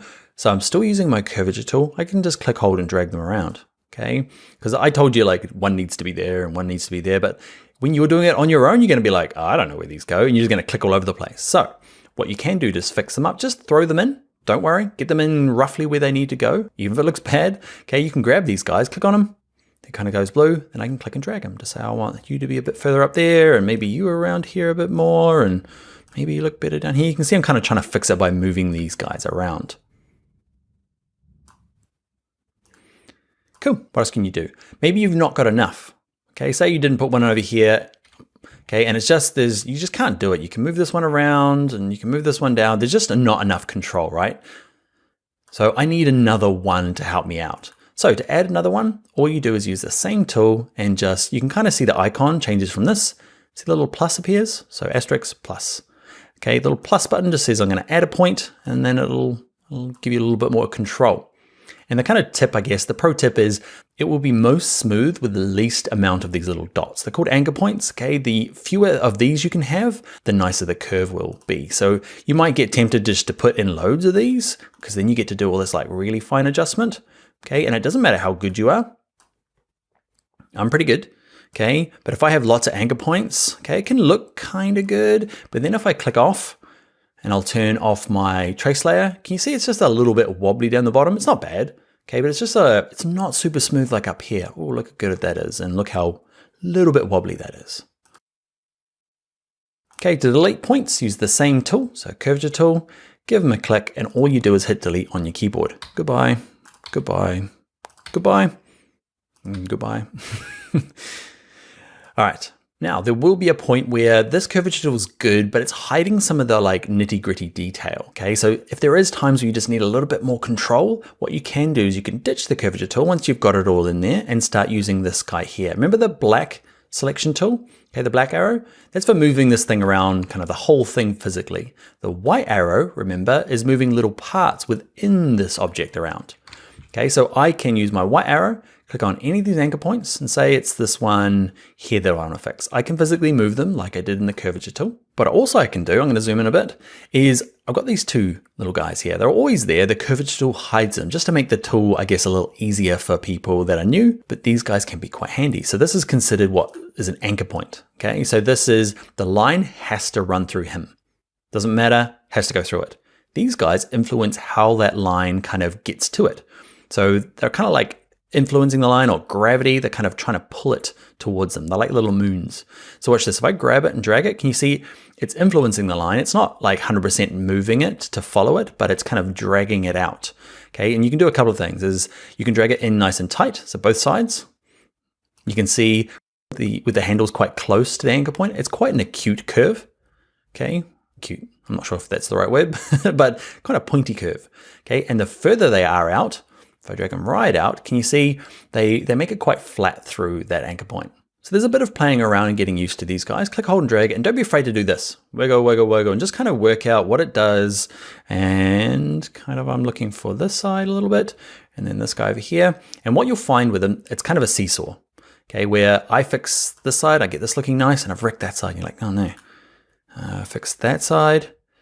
Oh, and I've wrecked that side. And what you'll find is little by little, you'll kind of work them in until they both kind of sit happily. And you can also see this guy is influencing the line as it comes through this anchor point. So we might play around with him as well. So this white arrow gives us really fine adjustment. It's a bit finicky, but sometimes you need finickiness to get it all nice and pretty. All right, so that's doing a big curve. Let's do corners. Okay, so the curvature tool. Okay, if I just click once, you end up with a kind of a weird looking, it's meant to be a funnel. Okay, this funnel here obviously is not working good with the curvature tool. So you can use the curvature tool to do straight lines. So I'm gonna just hit delete, just delete everything there. So to do a corner, so clicking once gives you a curve, right? So what you do is you double click to get a corner. So I know this is a corner, double click. That's a corner, double click, double click, double click. You get the idea, right? So doing straight lines is easy. Just got to remember to double click. Now, when you get back to the beginning, this is going to be weird. Watch, double click. Whoa, what happened? It's a quick, okay? If I undo again. So what's happening is when I get back to the beginning, it already knows it's a corner because we told it at the beginning. We double click and said, you're a corner. So when I get back to here, I don't actually need to do anything. Okay, just click once. And it kind of just accepts whatever I originally put it there. If I double click it, what it's saying is I'm completing it and then trying to convert it to a curve. Okay, so it's a bit weird. All you need to know is when you get round to the beginning, where's my curvature tool? You want to join it back up, you don't have to do anything, just click once. Curve, corner, just kind of finish it up by clicking it once. If you do end up doing this, okay, all you need to do is double click it again and it converts it from curve to corner, curve to corner. Okay, so you liked all this, but you want these to be curves, double click, and we have kind of a weird funnel. So let's do this example now. This is a bit of both curves and corners. So what you've got to do is, what I find the easiest for new students is before you click is to ask yourself, is this a corner or a curve? Okay, this is a corner, clearly. Okay, some sort of sharp corner. So, and remember corners are double clicks. Okay, sharp edges. Remember clicking once gives you lovely curves and double clicking gives you a corner. So that's what we're gonna do. This one here, double click. Now this big arc along here, where is about halfway? I feel like that's about halfway. Click once for a curve. This is a corner or a curve. It's a curve, so just click once. Over here, corner or curve, it's a curve. It's a curve. Back to here, remember it doesn't matter what you decide. You've already called this a corner, so I just click it once. If you accidentally get it like this, what do? Double click it again, and it goes back to being a corner. Again, if we haven't got it quite right, we can just drag these around. We can add new points by just clicking anywhere, and we can delete them just by hitting the delete key on our keyboard. Same again here. I could copy, paste it, reflect it, but that's not what we're doing. We're learning the curvature tool. So this curve here, I'm gonna click once because it's a curve, right? Is this a curve? Yeah, it's a curve. Yeah, it's a curve. I'm guessing because I'm like, where do these curves go? I can adjust it later on, don't worry. This one here, is it a corner or a curve? It's a corner. So what was it? Double click. Down here, curve. Back to the beginning, just click it once. It's a bit ugly, but we can fix it. Drag it around, add, remove. And if I want to kind of finesse it a bit more, remember the white arrow, click on this fella, move them around, start adjusting the handles, okay, and get a bit more finer control. All right, let's look at this fella here. Pretty easy, except I wanted to have something like this because I wanted to show you a straight line that goes into a curve. That's the kind of last thing we need to acknowledge or work out how to do. So let's do the circle at the beginning. So curvature tool, and just so you know, or just so you remember, it's one in every kind of corner, north, south, east, west. even though I got that pretty off, it's still a pretty good circle. Now I want to draw this bottom part, and this is going to lead me to one issue you're going to run into, is I want to start this line here. So I'm going to click there, and then I'm going to double click there, and it didn't connect up. Why? I'm going to undo and undo. It's because when in my head, I'm like, yeah, I want to start a line there and draw it down. But what the computer's seeing is, can you see the little plus button? Add an anchor point there. And then down here it says, well, you're nowhere near that line, so you probably want to start another line, and you kind of go off. So you need to kind of acknowledge, or at least tell Illustrator that we don't want to work with this. And the easiest way is, with it selected, it's currently selected. If it's not, click it with the black arrow and just go up to Object and lock it. Can you see this one that says Object Lock Selection? And it just temporarily locks it. Okay, I can't drag it or move it. It's the same as we did earlier on. Remember our layers panel? We put things on its own layer and then locked it. It's just like a smaller version of that. Because in this case, I don't really want its own special layer for a circle. I just want to temporarily do it. And when you want to unlock it, you go to Object, and there's one that says Unlock All. Okay, everything that's locked in the page comes back. So I'm going to lock it again. Go to my curvature tool, and this is a straight line, so double click, and this is the bit I wanted to show you. So if I click once for a curve here, and I double click for a corner, I end up with that. It's not what I want. So kind of cool. So what I want to do is, there's a straight line here, and it kind of finishes about there. Okay, then the curve starts. So I want this to be straight. Okay, so we double click, then it's a curve, click once, double click for a straight line, double click for a straight line. And that's how you get those kind of, there's a long part with a curve. It needs to have a few extra anchor points that maybe you thought. Okay, so these two lines are double clicks. So there's a straight line, and then there's this guy in the middle for a curve. Double click, click once, double click, click once, and I'll have to, don't click once, it's a corner. Okay, and up here I'm going to double click because I want it to be a straight line. It wasn't a straight line. How do I go back and fix it? So with the same tool, just double click them.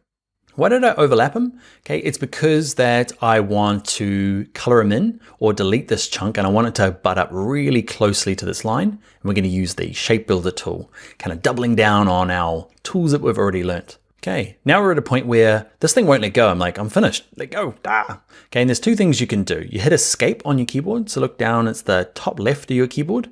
Okay, escape is just let go, like get off there. Okay, now we can go start working on this thing. Or what you could do is you could just say, I'm going to go back to there, join it up, and then it lets go because it's completed the whole path. And it doesn't really matter because we're going to delete all of that stuff with the shape builder tool anyway. So next thing we're going to do, it's already selected, Object, Lock Selection, and we're going to work on this part. So double click for a straight line. Well, actually, it's kind of, yeah, double click for a corner up here. I'm going to click once for a curve, double click to get the straight lines, little curve, click once, double click, and then I'm going to kind of overlap this thing. Now, this is probably not the best example because you're like, man, it's so symmetrical. Why isn't he using like the rounded corners thing? And I probably would. But again, we're practicing the curvature tool so you can do lots of things with it. So I'm just going to delete it, and this is what I would be doing. I'd grab the rectangle tool, just drag it out, and then I'd grab my black arrow, actually the white arrow, remember, click this guy, hold shift, grab the second guy, and just drag him in. But that's cheating. It's the right way, but it's cheating. Now what I want to do is I want to select it all and use the shape builder tool to delete the chunks I don't need, like this bit and that bit that overlaps, but I can't select this. Why not? You remember. Okay, we need to go to unlock all. Okay, so that's why that lock is quite cool. It's temporary. You don't have to go and bother making layers. It's just quick and easy. We've unlocked them. We've selected them all with our black arrow. Now we're going to go to our shape builder tool, my favorite tool, and we're going to delete stuff. So what do? We hold down the Option key on a Mac, Alt key on a PC. I'll say get rid of that line. Let's get rid of that line. And life is good, my friends.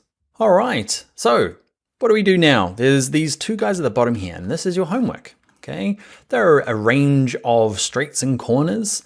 Okay, there's going to be bits that you'll need to lock and join up. The only thing you're not allowed to do is you're not allowed to use shapes. You're not allowed to use ellipses and rectangles just because we're practicing the tool. And what I'd like you to do is I'd like you to draw these and color them. I'd like you to color all of these people. Okay, and these guys are going to be super easy to color. There's going to be probably some arranging to do to practice. This one here is going to need your special trick where we fill, because these are actually separate shapes, watch. Can you see there's no joiner here? So what we need to do is select them all and use the shape builder tool that we used in a previous tutorial to color them. Okay, so fill, color, just in case you forgot. Cool, so draw these guys, color them in, and I'd love to see them. Remember on Twitter, we are Dan Loves Adobe, and also make sure you tag Tuts Plus Design. And on Instagram, I am Bring Your Own Laptop. Love to see your drawing. I'll like mark your homework. Make sure you've colored them as well. And if it goes horribly wrong, you can mention that in your post as well, and I'll jump in and give you a hand. Right, my friends, that is the curvature tool. In the next video, we're gonna look at his best friend, the pen tool. I'll see you there after your homework. Welcome back, everyone. This video is all about the pen tool. We're gonna draw these icons. You might be thinking, hey, these are the same icons from the curvature tool. They are. We're gonna compare the curvature tool with the pen tool because really, as an Illustrator user, you're probably gonna need both. So let's jump in now and figure out the pros and cons for the pen tool. All right, to get started, we're gonna redraw the same things just to kind of see clearly the differences between the curvature tool and the pen tool. Save some time. If you go to File, Open, in your exercise files, there's one called pentool.ai. I've just kind of imported that graphic already for us, ready to go. Okay, the reason we have the curvature tool and the pen tool is the pen tool is kind of like a really kind of staple for pretty much all graphic design programs, and 3D and drawing, lots of things use the pen tool. So once you've learned it in Illustrator, you can use it in the same tool and works the same way in Photoshop, in InDesign, SketchUp, 3D Studio Max, After Effects, lots of different programs use the pen tool.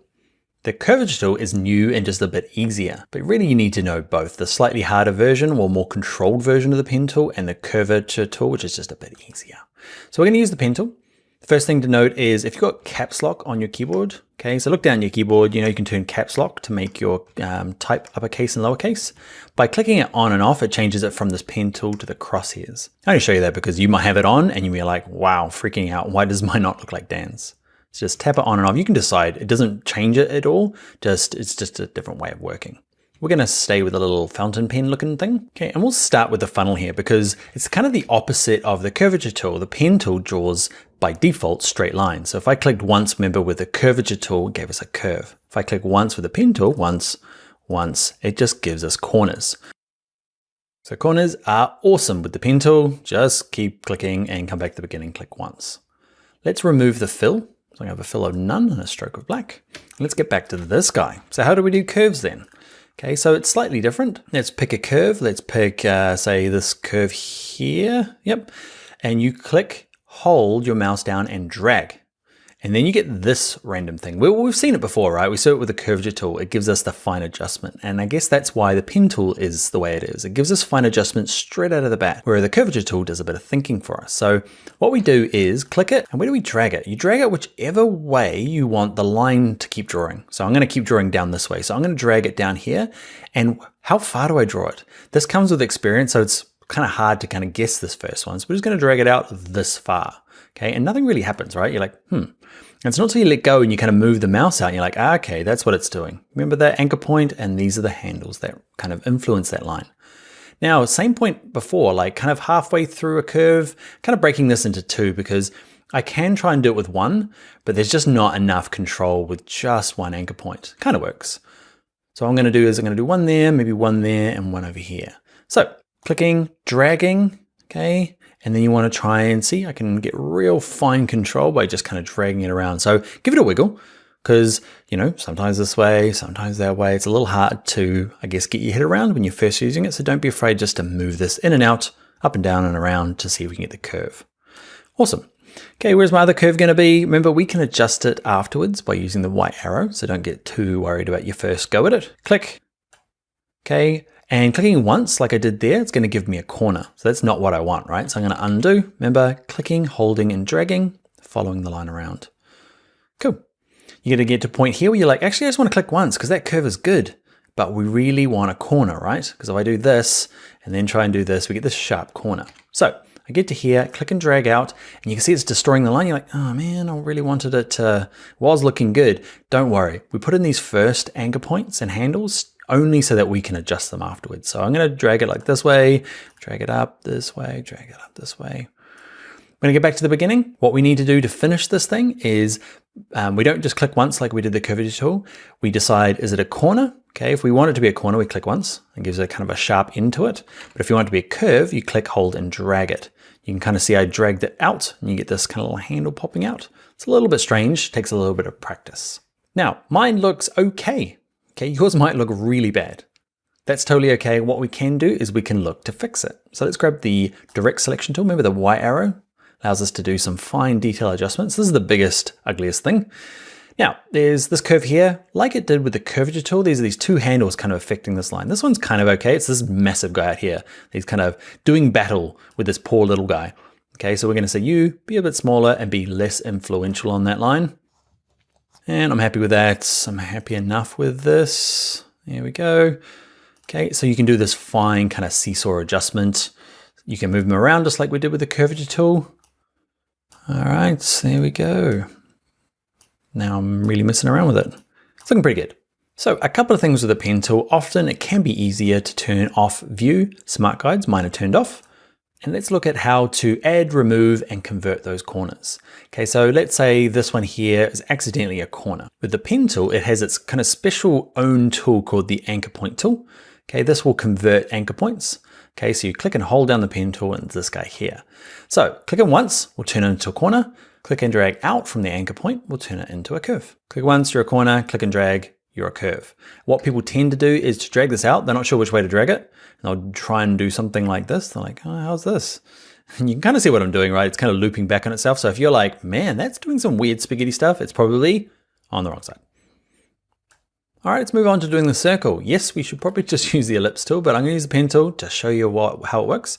So drawing a circle, we know that it kind of needs to be in all four corners. I'm gonna click and drag out. That's the first one, it's the hard one. You're like, well, it's nothing. Because if I just start with it clicking once there and then start dragging out, it's gonna work kind of until I get back around to the beginning, because I said to that to be a corner point, right? And you end up with that. So the very first one on faith, I'm gonna drag it out to kind of create some sort of curve. Okay, I'm gonna click and drag you out. I'm gonna click and drag you out. I'm gonna click and drag you out. Wrong way. That way. Spaghetti. Good way.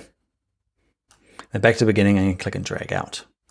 So my circle, terrible. Terrible circle. How do you, I guess I wanna show you this because I wanna show you how to get nice symmetrical looking things. So I'll show you a real circle. So a circle, the ellipse tool, if I draw this out, there's nothing different between, well, other than that one's beautiful and that one's ugly. This one has the same sort of construction. Watch this. Can I see? I've got my white arrow clicking on the ellipse, and you can just see it's got anchor points in all corners, but they're exact. And can you see this is the big thing? Can you see there's anchor points completely across from each other and they run parallel? They're the same length. You can see my ones. If I click the top one, these are reasonably across from each other, but you can see that one points that way, that one points that way. I'm gonna zoom in. So to get this to be symmetrical, we need this top one to be nice and flat. It's not going to be perfect, just so you know, but this is how to get kind of balanced lines or nice looking curves. If you're like, man, I can never get it right. It's probably because you need these ones to be somewhat symmetrical. Better. It's getting better. You see they need to be the same length as well. See, this one's short, this one's tall. So you back up a little bit, buddy. You probably need to back up a little bit as well. And you can start to see it's getting better. Okay. I just want you to, I guess, get the understanding of how these guys all interact together, that there's a kind of a bit of a balance. They need to be the same length, kind of the same angles will give you a nicer looking. It's better, right? Better. All right, let's go and look at we've done the funnel. Let's look at doing our last one together, which is this guy. Mixture of both. So pen tool. What am I doing? It's a corner, so I click once. Big curve, click and drag. Around here somewhere, click and drag. Click and drag, oh man. But don't worry, I need a corner there, but I need to back him up. Okay, but I can do that once I'm finished. Click and drag, back to the beginning, click once. Grab my white arrow, drag him out, and just so you know, like the first 20 things you're gonna draw are slowly gonna get better and better as you get accustomed to kind of this, how life works with the pen tool. And if you are somebody who like dabbles and does the pen tool like once every 6 months, you're probably not gonna get like hugely experienced with it. It's when you I don't know, I've had jobs where I've had to redraw people's faces with lines, and you just become, a job like that gives you loads of experience with the pen tool and its quirks, and you start getting good at it. Like most things, it's all about just kind of getting in and using it for quite a bit. All right, the next thing we'll look at is grab the pen tool, and if we wanna add, say we need some more control. So this one here, you see that icon changes from the asterisk to the little plus. I'll add another one. If you want to get rid of one, all you need to do, you don't need to do anything, just hover above it. Can you see this anchor point here? Goes from over here, it's going to add, see the little plus, but here it's going to say minus. Just click on it. I'm going to add it back in, grab my white arrow, drag them back over here. And that, my friends, is the pen tool. All right, is there any other tips I want to give you? One more. If you click once and you start dragging, you're like, actually I've messed this up. And you're like, let go, stop doing it. Okay, you can just hit the escape key on a keyboard, just kind of disconnects it. And you can either go edit, undo, or just hit the delete key twice, once, twice, kind of start again. Remember, caps lock changes it from this crosshairs, and it doesn't matter, works the same way, just I guess a little bit more precise with the crosshairs. I don't know why, I just got used to using it with the little fountain pen, so I use it by just tapping the caps lock. And one more tip is if you do kind of somehow magically let go of this thing, you're like, oh no, I've got a line, I want to continue it because I've maybe done some beautiful work, I don't want to have to restart. What you can do is, can you see the icon? It wants to, with a little asterisk, means I'm going to start a new line. But watch this. When it goes to the little forward slash, that means I'm going to, hey, connect to where I was. So now, I'm kind of connecting up to where I was before. So starting a line again, just got to give it a click.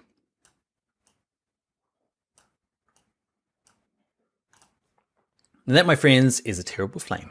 You are going to spend a little bit more time and get it looking great. I want you to then work on this, work on all of these guys. And what I'd love to see is both your curvature tool and your pen tool exercises side by side. Okay, so color them in, and I'd like you to, I guess, send me your side by sides so that we can kind of see which one kind of came out the best. And also drop a comment and just say, I found the pen tool just so much easier having the control, or man, I'm going to use the curvature tool. So just let me know the pros and cons, what you find good, what you find bad. Remember, on Twitter, it's Tuts plus Design. And also make sure you tag me personally. I'm Dan Loves Adobe. And on Instagram, I am Bring Your Own Laptop. All right, friends, I'll see you after you've done your homework. I'll be checking, and we'll get started with the pencil tool. See you in that video next. Welcome back. This video, we are going to be looking at the pencil tool, how to make it a little bit easier to draw with so it makes you look good. Once we've done our drawings, we're going to add things like this, where we kind of have this nice kind of profiled stroke on it. We'll look at doing arrowheads, dotted lines, dash lines, and this kind of artistic hand drawn over the top of a real image project. Let's jump in now and get started. All right, to get started, I've just created a blank page, create it any size you like. I'm using US letter landscape. I'm going to bring in an image. So let's go to File, let's go to Place. And in your exercise files, we're looking for one called Pencil Tool 01. Now this image comes from Unsplash. It's a really cool site that you can use for free commercial use images. Okay, so that's Unsplash. Thank you for the use of this image. And we're not going to use the template in this case, because what happens with the template is it fades it out, and I don't want that for this case. I just want to bring it in and we'll lock it. So let's click Place.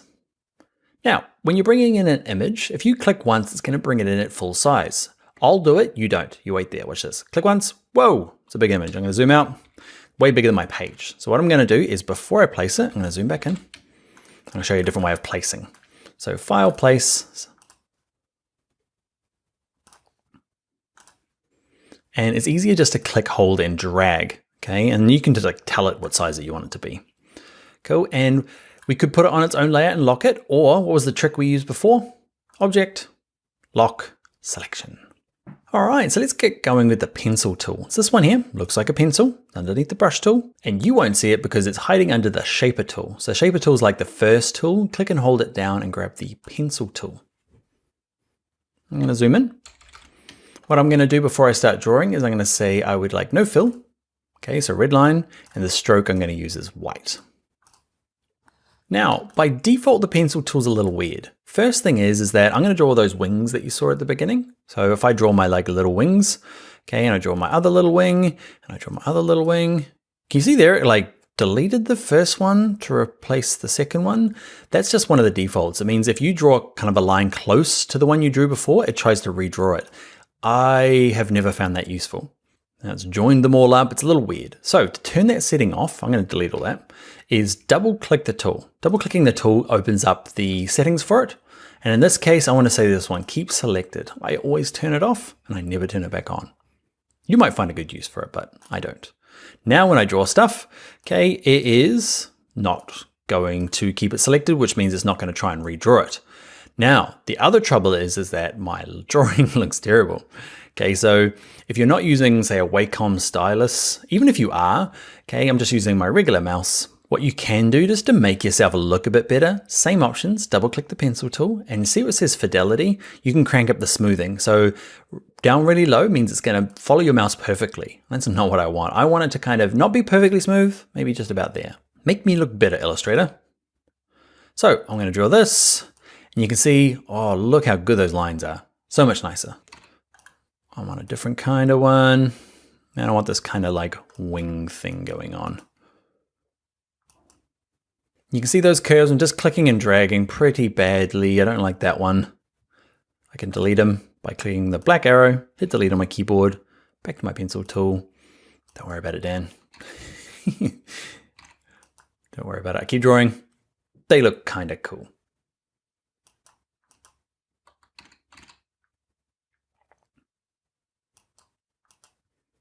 Anyway, kind of a wing. Stop drawing. All right, let's look at strokes in a little bit more detail. I promised earlier on we would. So I've drawn these with the pencil tool. They are considered a stroke. Okay, and the stroke at the moment is a white line and it has these kind of flat ends. Okay, remember what those are called? Yep, the funny word. Let's grab the black arrow. Let's select them all and let's change the stroke. So remember, we can increase the stroke. That's fine. And who remembers where we get in to change the capping at the end to make that kind of a bubble end? Remember, click on the word stroke. There it is there. Okay, we can pick our rounded caps or the projecting cap.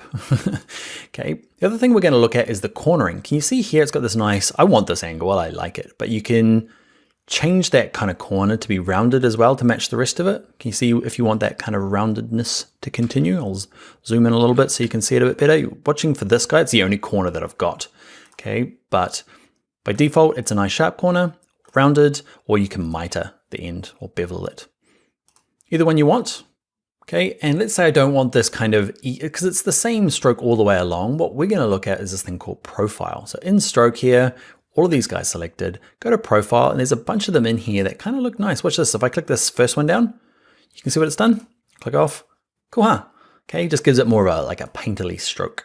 Okay, have an experiment with all of these. Okay, there's different kinds of ones in here. Oh, look at that, looks good. You're thinking tribal tattoo, right? That would have been handy when that was super popular. But anyway, still kind of cool. I like it. I might select it and increase it up a little bit to give a bit more of a fuller little wing there. All right, let's zoom out. Next up with this kind of pencil drawing is we'll look at arrowheads. So I'm gonna grab my pencil tool again. I'm gonna have some lines that come off the front of this for no reason. I try to put them all into this class to, I don't know, it's a design element. I want arrows kind of racing forward. Look how good this shoe is. Black arrow, select them all, and in the stroke here, you probably saw it before, there's one called arrowheads. So I'm gonna zoom in a little bit on my arrows. Okay, click on stroke, because the arrowheads will depend on which end you stick it, depending on which way you drew it. So if I do this end, can you see it's the wrong side? So I'm gonna go back to none at the top, and the second option, I'm gonna pick one of the arrowheads. And luckily there's all sorts of different kinds of arrows, depending on what you consider an arrow, what you want to do as an arrow, there's lots, look at it all. Perfect. Okay, what you might find though is some of these arrows, if I click on this arrow and say you want to thicken up the line, the arrowheads get unproportionately bigger. You see the line just come up a couple of steps, but these arrowheads get huge. So nicely in the new version of Illustrator, they've changed, can you see the scale of these two arrowheads? Okay, so I can lower this down. Okay, let's say I want it to be maybe 50% of what it was. I find getting closer to a, I don't know, it feels more like a proper ratio to me. Let's zoom out. So arrowheads, the profile, we've got our pencil tool doing nice smooth stuff. Let's look at dashed lines. So I'm going to draw another line around the edge here. Look like it's been cut out. Oh, that didn't go well. Also didn't go well. I'm gonna leave it there. Okay, so here's my lovely line that I wanna make dashed. So I'm gonna grab my black arrow, give them a select, and I'm gonna say dot, and there it is there, dashed. So dashed is easy. A couple of things you might wanna play around with is the weight and the capping.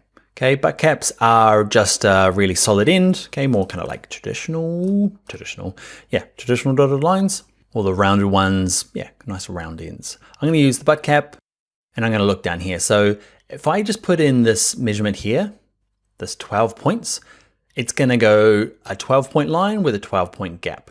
12-point line, it just assumes this is what you mean. What you can do is you can say, I want a 12-point line, but a really skinny gap. So I can say I wanna make it 2 points.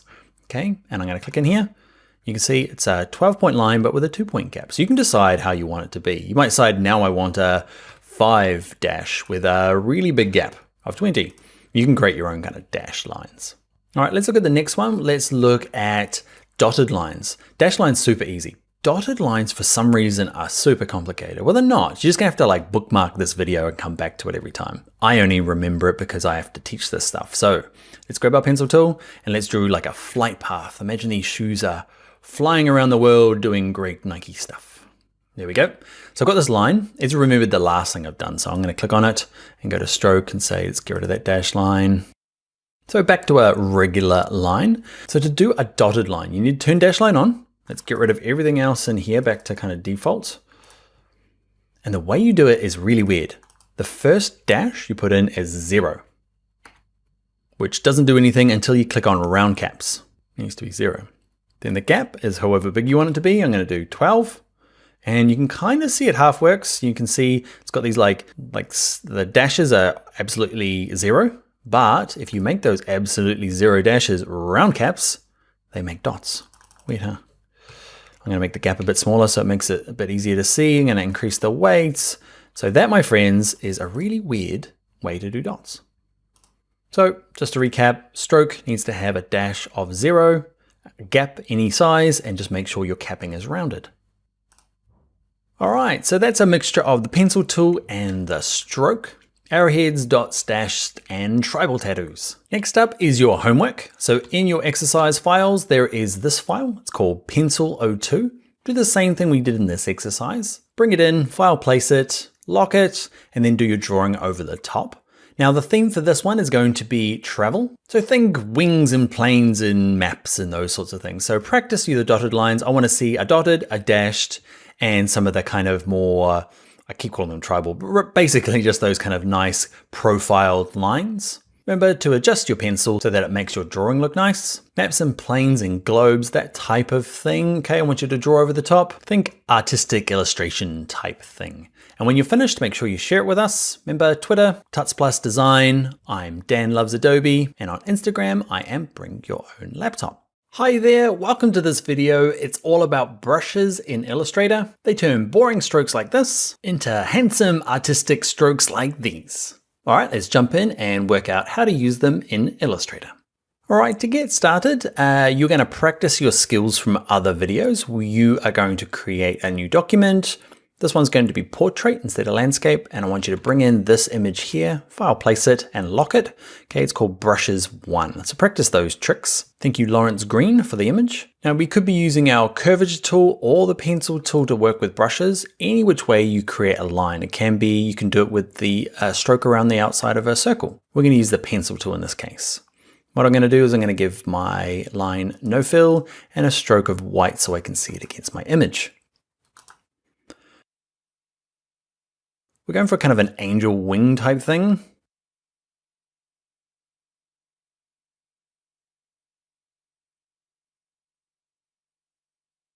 All right, so it's not, it's okay. There we go.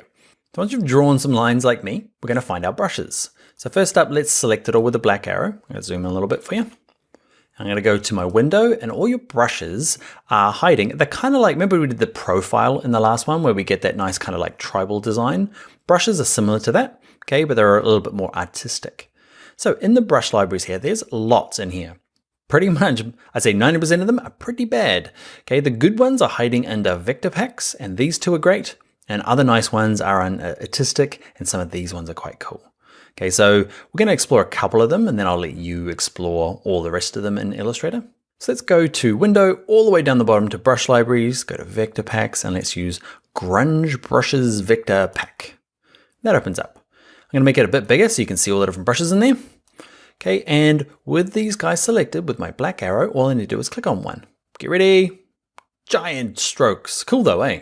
I love it. Turns your kind of really, I don't know, I guess clip art style lines into something a lot more kind of hand drawn. Now, one thing by default is that they have kind of like a preset size. So once you've drawn them or applied them like we just have, over here under stroke, you're gonna have to make them smaller. Now in this drop down, you can go down only so far, like 0.5, 0.25. It's considered a hairline. That's kind of small enough probably, but say you wanna go even smaller, you can actually just type it in here. So 0.25, I'm just gonna go 0.05. So I'm just typing it over with my keyboard, hit return on my keyboard, and now I've got a really nice thin line. Okay, I probably want it to be a little bit bigger, so I'm thinking maybe 1.5. Cool, huh? So I'm gonna select them and just go through these different options, and you can explore which ones you like the best. Okay, so I'm just gonna keep clicking them while you watch. There we go, that's nice.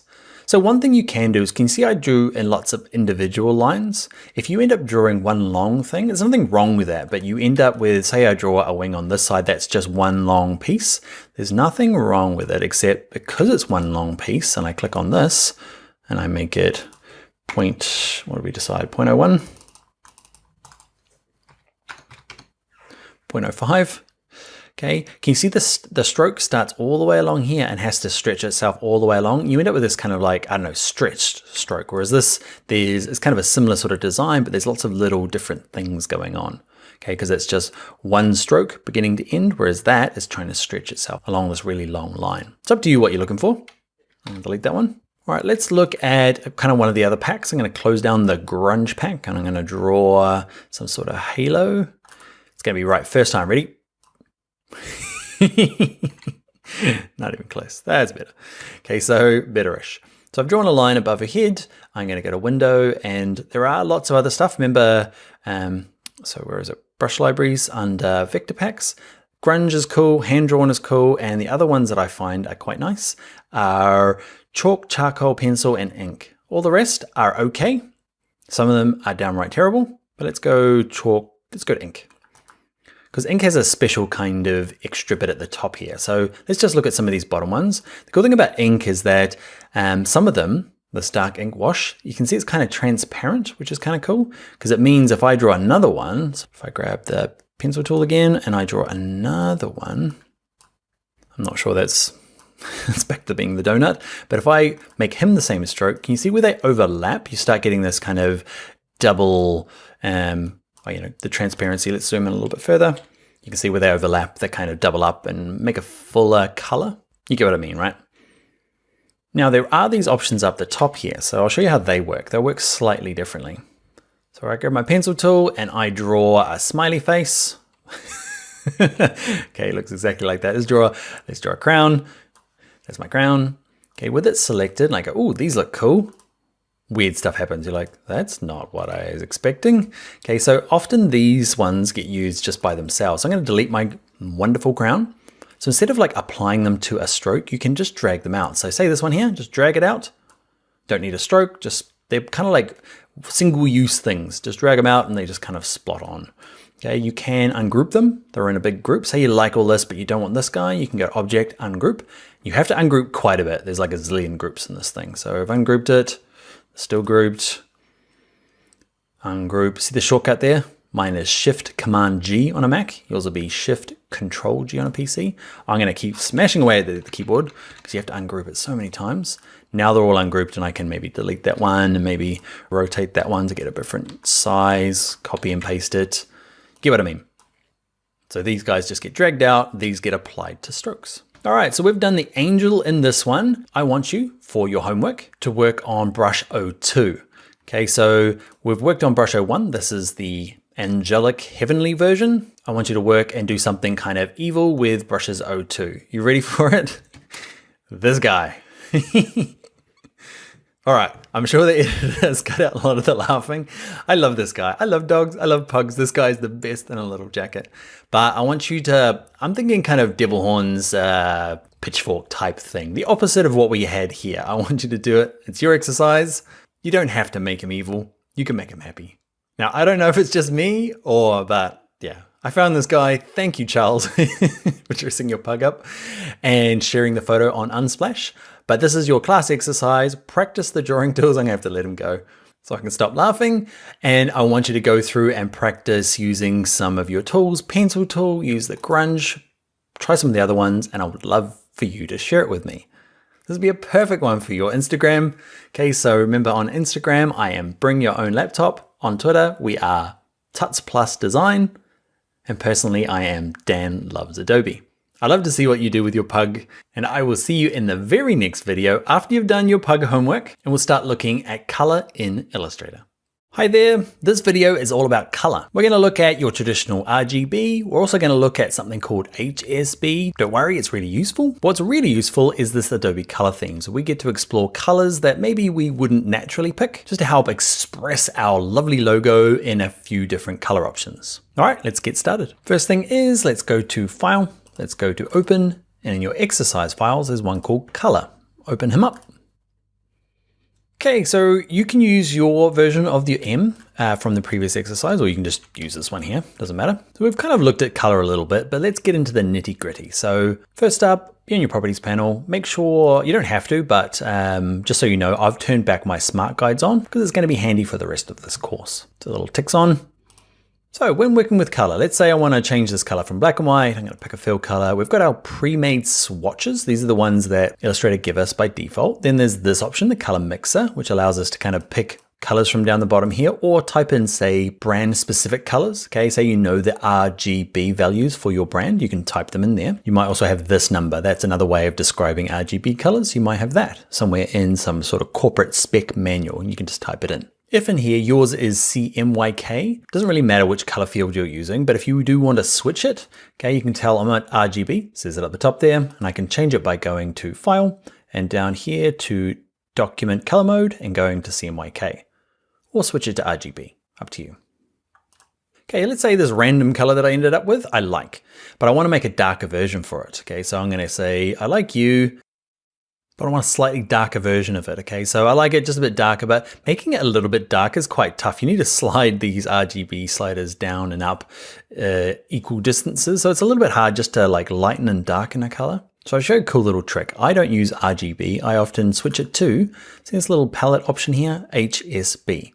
And you're like, oh man, another one. CMYK, RGB. Don't worry, HSB and RGB are the same thing.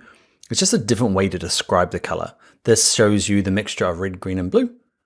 This just shows you the hue, saturation, and brightness. And I find just, it doesn't matter if you're pro or entry level, I find it's easier just to grab this and go, let's change the hue, okay? Or change the saturation, how light it is, how kind of full on it is. And then this slider, the brightness, okay? Fully bright, you can just darken it up. So yeah, pick a color. I'm gonna pick this color. I want it to be a little darker. Now I want to use it again. So what I'm going to do is going to switch to my swatches. Remember, swatches are kind of pre-made colors. I can make my own though. So I've got that selected. I'm going to click on this new swatch. I can give it a name. This one's going to be called my M Pink. I can click OK. So now I can go to you, my friend. You are going to be that cool new swatch called, there he is there, M Pink. But I'd like to go to my color mixer, which is currently set to HSB, and I'm going to just make it a bit darker. Same with you. I'm going to click on you. You're going to be that same pink color. What am I clicking on? Click on him. He's going to be that pink color. If he's not there, you can go to your swatches. There he is there. Okay, and I'm going to say, actually, you're even darker again. And this one's the darkest version of them all. Yep. Dark. Cool. So I guess that's just a helpful tip using HSB. It doesn't change the still red, green, and blue, just a different way of looking at it. All right, so that's one color option, the pink color option for the logo. Let's duplicate it, copy and paste it. I'm gonna have another version. I'm gonna line them up. That's why smart guides are back on. It's clever. See that? Straight across. Let's look at, so color, right? I get stuck doing the same colors all the time. Quite like these pinky, peachy, fiery red pinks, and I use kind of a teal green pretty much everything through my documents. So to kind of bust out of the same colors that I use every day, okay, if you go to Window, there's a cool little trick under color themes. So Window, color themes. You need to be logged into your Creative Cloud account, I'm pretty sure, and you need to have patience, especially when your internet's real slow like mine. This little thing loads up, and what you want to do is jump straight to Explore. Skip Create, we want to go to Explore.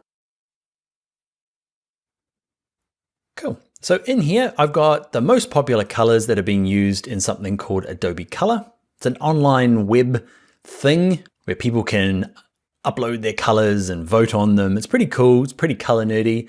But what the result is, I can say, I want to see most popular of all time or this week or all month. And it's just really cool to see nothing other than just cool colors I could use. It's just really handy to bust out of, say, your, I don't know, the same colors you use every week. So I kind of like this one here. So the best way to use it is to click on it and say, add to my swatches. You can close this down or leave it up. But now I can say you, go to here, go to my little swatches one, pre-made, and there's that little group there. Cool, huh? So I'm gonna say you are gonna be used there. That's gonna be my darkest color. So I'm gonna go to fill, I'm gonna use that. I'm gonna use you there. And you are going to be this color.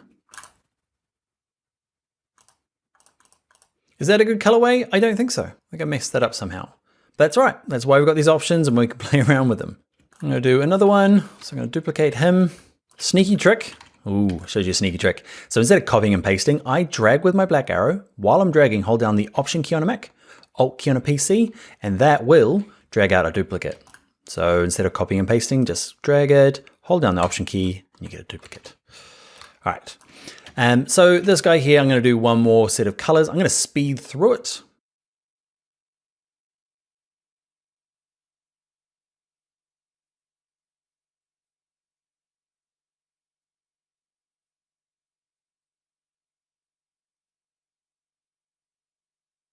Okay, so I picked a color there, and I also remembered to show you, I just remembered now, go to Explore, and you can see this button here, it's a search option. So I typed in 80s, and look at all these brilliant 80s colors. So you can type in cafe and bank, and there's all sorts of things in there. So back to speeding it up again.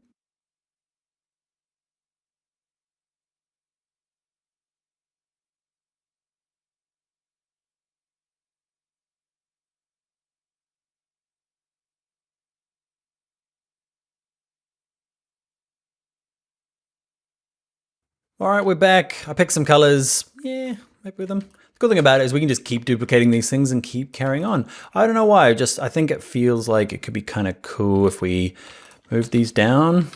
I'm just using my arrow keys.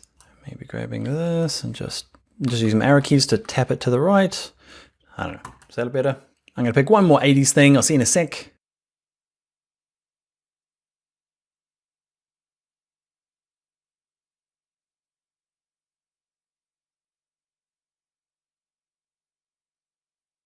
All right, I'm back. That's my 80s version. And I guess that is the color basics. Okay, so we worked out to use RGB, switching it to HSB, hue, saturation, and brightness. Then we looked at this cool Adobe color themes. If you really enjoyed this, go check out color.adobe.com. That's kind of like the big web interface version of this. Go to Explore and you can, I guess, see they're quite small in here. You can see them in a nice bigger web version. And what you've got to do now is take the M that you made earlier. Actually, you made a different letter. Remember, it was an E or a J, something easy to draw. Okay, and I want to see your color options. So maybe do 4 or 5 colorways using your own colors and a mixture of color themes. And I'd love to see your examples. So drop me a note on social media. So I'll see you in the next video. Hi there, in this video, we're gonna take this boring background and add a beautiful gradient to it. Gradients are in right now. You might not be as excited by this particular gradient as I am, but I'll show you how to do your own custom stuff here in Illustrator. All right, let's get started.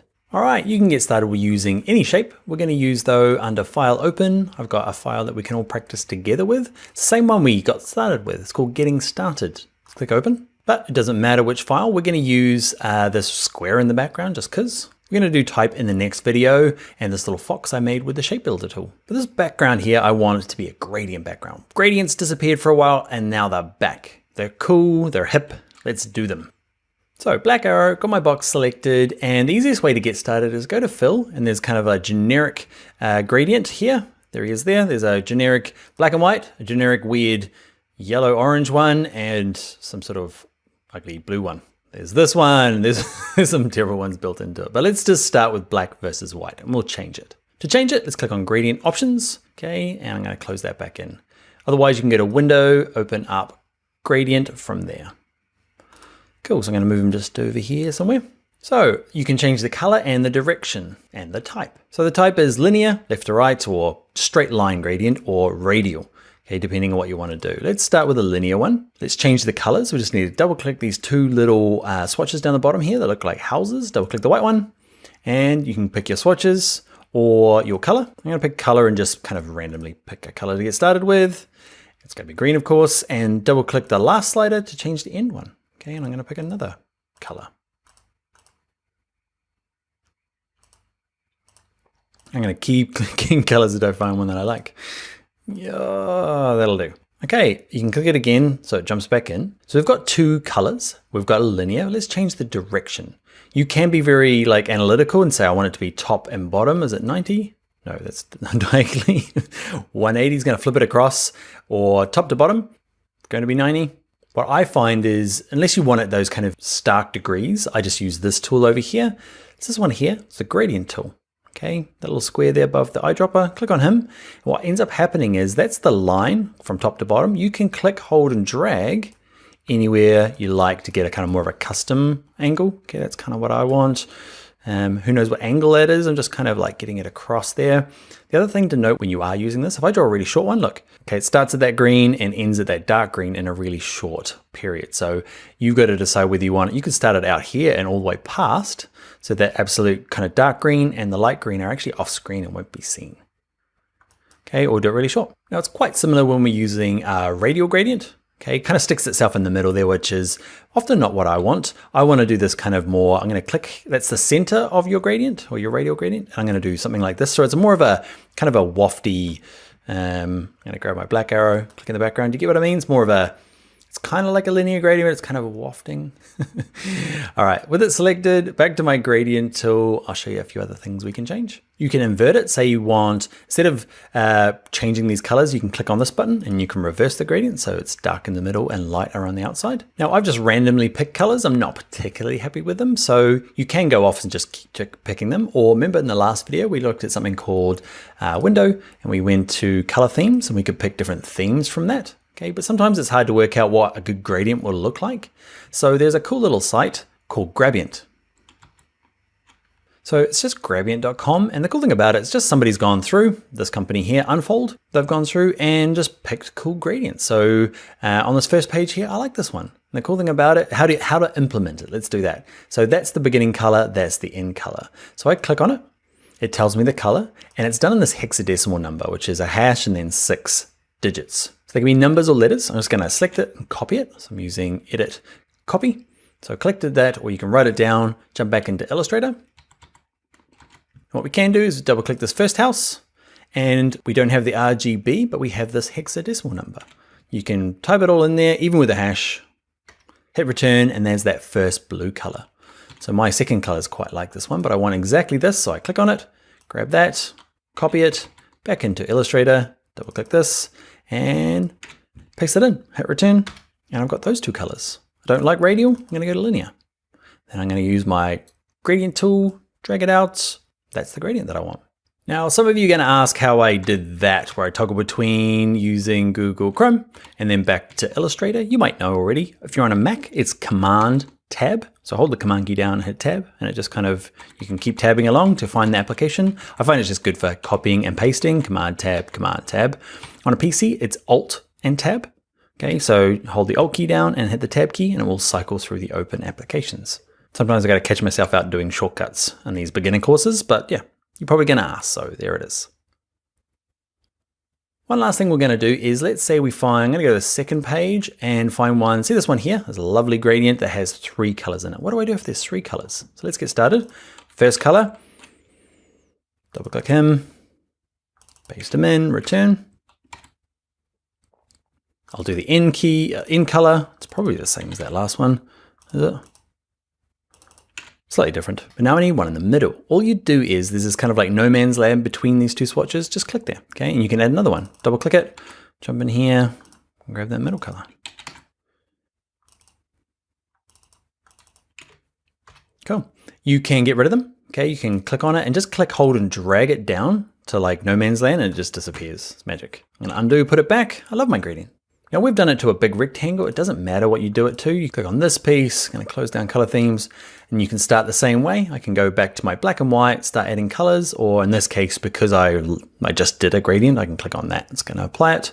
I can grab my, oh, awesome. All right, that's it for gradients in Adobe Illustrator. What we'll do next is we'll start looking at type and fonts. All right, I'll see you in the next video. Hi there, in this video, we are going to look at how to create type boxes, how to work with fonts, and how to download good looking fonts from something called Typekit. Let's jump in and get started. All right, to get started, go to File, go to Open, and in your exercise files, there's one called postcard.ai. Open them up, and this is him.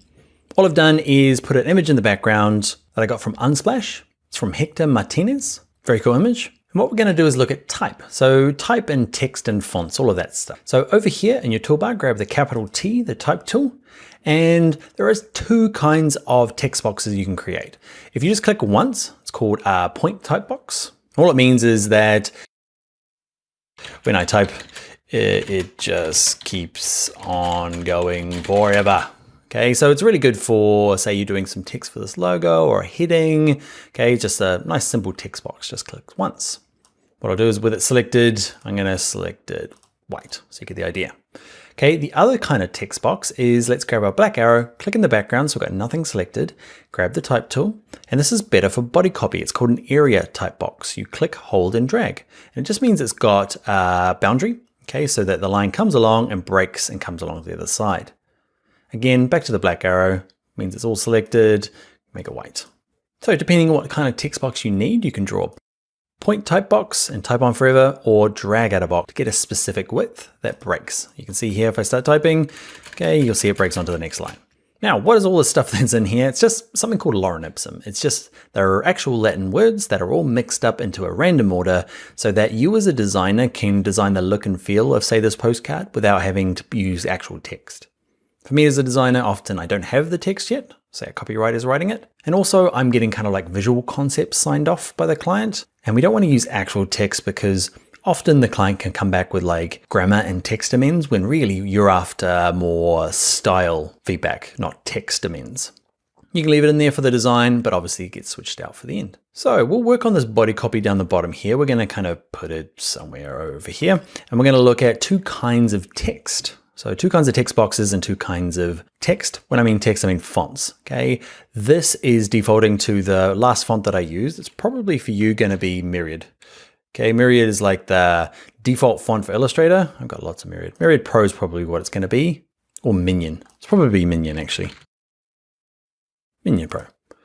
Cool, so let's look at the fonts that are built into your computer versus the ones we can download from something called Typekit. So first up, with my black arrow with this text box selected, I'm not going to cover, over here in the properties tab, we're not going to cover everything like font sizing, okay, easy. There's the line spacing, okay, so they call it leading in here, okay, but it's just the spacing between the lines. There's the spacing between the characters, spacing between words, spacing between characters, paragraph, left and right line. I'm not going to cover all of this because it's pretty basic word processing. The one thing I will show you is that, see these little dots? So there's the character kind of panel here, and there's these little dots. What could be in here? More options. So you get a bit more detailed stuff. I can make it all capitals. There's subscript, baseline shift, all sorts of other stuff in here. Again, I'm not going to cover it all because it's pretty easy to experiment with. Same with paragraph. We've got left, right, justification. Click on this. There's a bunch of other stuff in there. Okay, but I'll let you explore those ones. What I'm going to do for this, I'm going to drop down my character panel, and you'll see in here, these are all the ones that are built into my computer. Okay, I've got quite a few on my one, but go through, find one that you like. One thing that can be quite useful, especially if you've got a lot of fonts on your machine like me, and you're like, man, I just want to find say a serif font or a sans serif. So a serif font is like this one at the top here. It's got the little serifs, okay, the little extra hanging pieces that are off the edges here. So say I want a good serif font. It's going to cut it down. So this little filter drops it down to everything that's on my computer that's a serif font. You can kind of get a sample of the look of a serif font. Okay, so that's super cool. It's really handy just to go through and kind of cut down the fonts. So I want script fonts. Okay, you can see there is all the script fonts that I have installed on my machine. Some terrible ones like Brush Script to some nicer ones like Lust Script. You're probably not going to have all of these, but just know that that filter can be really handy. I'm going to go back to serif font, and actually I'm going to turn it off, go to all classes, and in here I'm going to type in the one that I want. It's the one I already practiced with, Gaudi Old Style Italic. I'm going to probably close in the leading a little bit and get rid of that crazy thing I did there. Put a little full stop at the end of my fake text, and that's going to be my body copy. At the top here, we're going to look at fonts that aren't from your computer, how to download them from something called Typekit. First of all, we're going to put some text. It's going to be all caps. I'm going to put a return in, digital partner. Very generic postcard. I'm not sure who we're sending this to, but this M company that we've made that has, or whatever letter you've made it, I'm pretending it's a digital agency, does some sort of creative work anyway. I'm going to pick a nice big font. Okay, and yeah, there we go.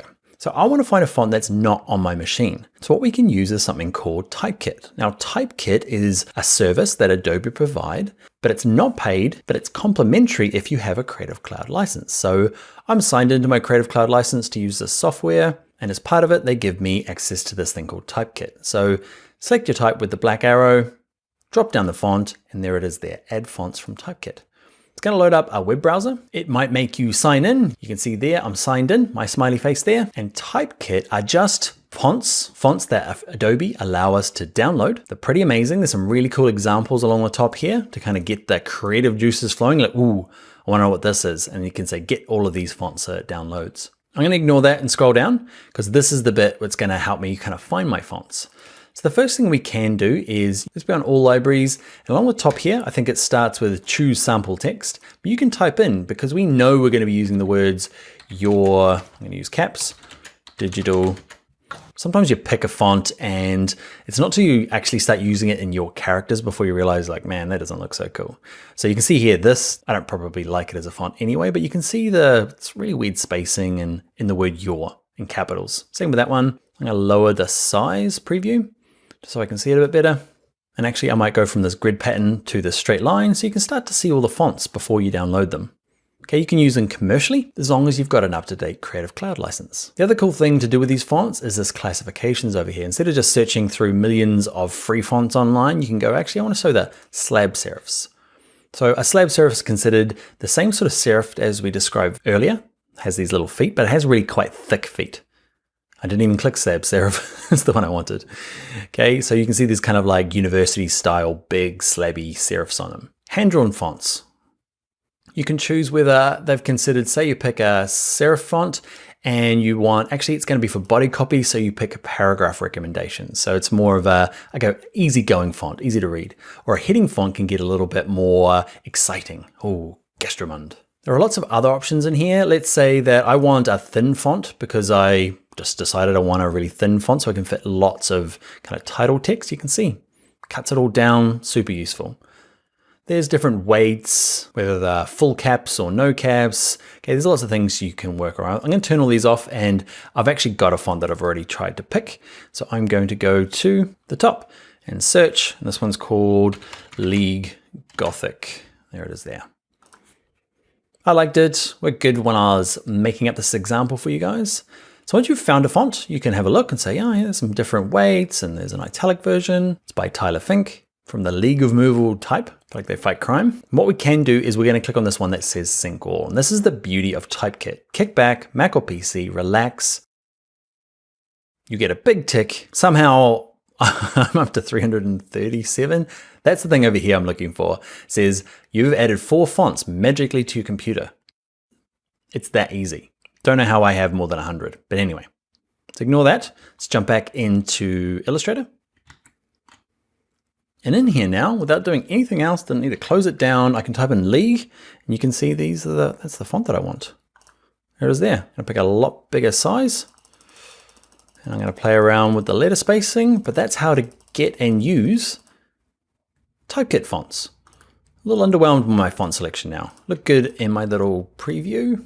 There we go. All right, so you can skip along now. I'm just gonna do some tidying up. I'm gonna grab the edge here to kind of resize the text box. And probably what I wanna do, it's interacting with the back. I picked an image that had a nice dark background, but I'm gonna do a bit more. I'm gonna grab the rectangle tool. I'm gonna zoom out a little bit. I'm gonna draw a rectangle that covers half of it. I got my smart guides on, so it should tell me where half is. Pretty good. I'm gonna give it a fill of black. And this opacity here, see the opacity? I'm gonna lower it down. And then I'm going to select it with my black arrow and say arrange to the back to put it behind the text. And you can kind of see what I'm doing there. I'm trying to use it as an element, a design element, but mainly just to darken out the background so we can see my type better. All right, that's how to create text boxes and use Typekit fonts using Adobe Illustrator. Let's move on to the next video where we start looking at some effects like liquefy and distort. All right, I'll see you over there. Hello and welcome to this video where we look at all the liquefy tools in Illustrator. We're going to take text and we're going to make it all drippy and droopy. We're going to make it explode, kind of crystallize. We're going to twirl it, more exploding, make it pucker, make it bloat, more wiggling, and then there's only 7 tools, so this guy doesn't do anything. But the rest of them are pretty cool. Let's learn how to do that now in Adobe Illustrator. To get started, you can open up just a plain old document. I'm opening up a document from the exercise files, okay, called, where is it? Liquefy, there you are. Click open. The reason you can just, it's just a blank document, but I wanted to put this kind of like gray to gray gradient in the background for no good reason, just kind of looks nice. All right, so we're gonna use type to do, like you saw at the beginning there. So we're gonna grab our type tool. Okay, we're gonna click once to get our point type box. We're gonna type in our name. I'm Dan Scott or Daniel Scott or Daniel Walt Scott. So I've typed in my name. I've gone back to my black arrow, just out of habit. And I'm gonna pick a font and a color and a size. So you do the same. I'm gonna use Lust. Which one of the Lust? Go Lust script. This one here, Lust script, is from Typekit. You can go and download that. I'm going to bump the size up to something like, that works for me. In terms of the fill color, I'm going to pick just the kind of an off-white to go with my gray moody background. All right, we need enough space because I've given you a nice long document here. It doesn't matter what size it is, but I want to put 8 of these in here. So 1, 2, 3, I'm going to kind of stack them next to each other. So once you get to here, I can kind of guess, so pick a font size that works so you can put a bunch of them on the page. All right, for this to work, what we need to do is we need to do something called outlining the text, because this at the moment is editable text. We can't destroy it like you saw at the beginning without kind of breaking it apart. So the good thing is that we get to use our liquefy tools. The problem is we can't change the spelling or the font or the size afterwards. So we need to break it apart. A really good habit to get into is to copy and paste it and just have a version up here for later on, because it'll be months and you'll come back and you'll be like, oh yeah, what was that font? And you'll be like, oh, I have no idea. Because once you've broken it apart, it won't tell you that it's Lust script. So it's just handy to have over there. So this version here with it selected with my black arrow, go up to type. And there's one in here that says create outlines. Okay, and watch what happens to it. Just kind of, nothing really changes except now if I zoom in, okay, it's no longer editable text. It's telling me it's not Lust. Still looks the same, but I can't like double click with my type tool and try and go into it to change it. Where did we end up? Remember this from the beginning? We are lost. Things are gone weird. Okay, we're in something called isolation mode. Remember, click the arrow a couple of times to come back out. Because at the moment by default, it's all grouped. So if you double click it, you're inside that group. All right, let's move on to the liquefy tools. Actually, we can't, not just yet. So we've broken it apart. We need a few duplicates. So I'm going to copy and paste it, okay, and just kind of line it up and try and get 4 across the top and 4 across the bottom. I'm going to use my trick where I'm dragging with my black arrow and I'm holding Alt down on a PC or Option on Mac and just trying to get all of these. So what I might do is select them all over here. Okay, there's my line panel. I'm going to pop this little triple dot open and go in here and say, I want to distribute them horizontally. Then I'm going to drag out another copy. I've got loads to practice on. So select this guy, zoom in. And our liquify tools are in this kind of group here. The one on top is called the width tool. Click and hold him down, and we want to start with the warp tool. Okay, and by default, I'm not sure your brush size is going to be the same as mine. So I'll show you how to change that before we get going, because the brush size is quite important. To change the brush sizes, like we did with the pencil tool, anybody remember how we changed the pencil tool? Okay, we changed the smoothness and fidelity and stuff, remember? You double click it. So you double click it and we get our warp tool options. Okay, and width and height. Okay, let's just put in 50 points high, 50 points wide. So you deal with the width and intensity. Don't worry too much about anything else in here. It's the size. For some reason you have to do the width and the height separately, but the intensity is quite important. That'll make a bit more sense as we go along. So let's click OK. I've got a size about this. I've got it selected. Okay, so my black arrow, got it selected. Go to my warp tool. Where are you, warp tool? Okay, and it does this. So this one here, we're going to do this kind of like dripping, melting text thing. Okay, so you can see it's quite cool, huh? I love it. Liquify, I'm just kind of clicking and dragging across it. Drippy text, very cool.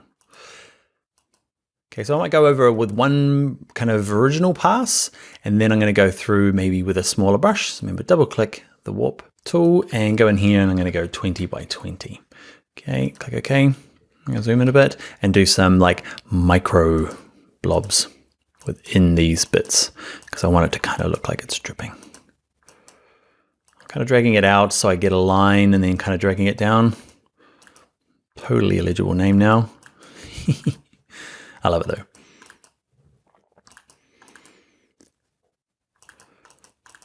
All right, I'm going to leave it there and move on to the next tool. I lie, I'm going to grab the ellipse tool and do like a little drip hanging off the bottom. Maybe a couple of them. All right, that's the forward warp tool. Cool, huh? So we've done it with text. You can do it with any sort of drawing you've done. Remember our penguin from earlier on? You could open him and make him melt in the sun. But let's look at some of the other liquify tools. So I'm gonna have this one selected with my black arrow. Click and hold down, and we're going to work our way through all of them. Let me show you these next two at least, and all the rest you could probably, once you've kind of worked out the basics, you can go and do your own. We'll do them all together, but let's look at the twirl tool. Now the twirl tool, okay, let's double click it, and let's turn our brush size back up to, let's go to, I'm just picking 40. You don't have to pick my sizes. You might have a different size font. Okay, you can adjust this. Intensity though, if I leave it at 50, watch this, it goes and goes quite fast. Okay, so if I like to, you can add your own sound effects in there.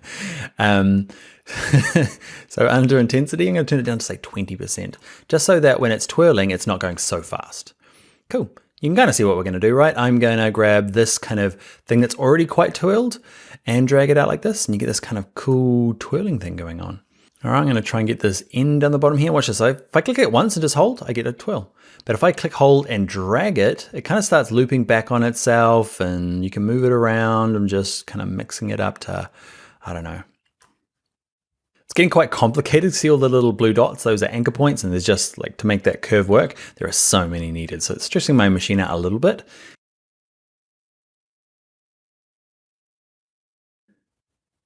If you're working on a really old, slow machine, yours is probably going to freak out a little bit, but hopefully not. Totally illegible, but very cool. Oh, look at that. Oh, I liked it. It was good for a second. No, hang on. Oh. Okay, I'm getting myself excited. Look at that. That's cool. I'm going to click my black arrow, click in the background to get a good sense of it. You can see some cool stuff you can do.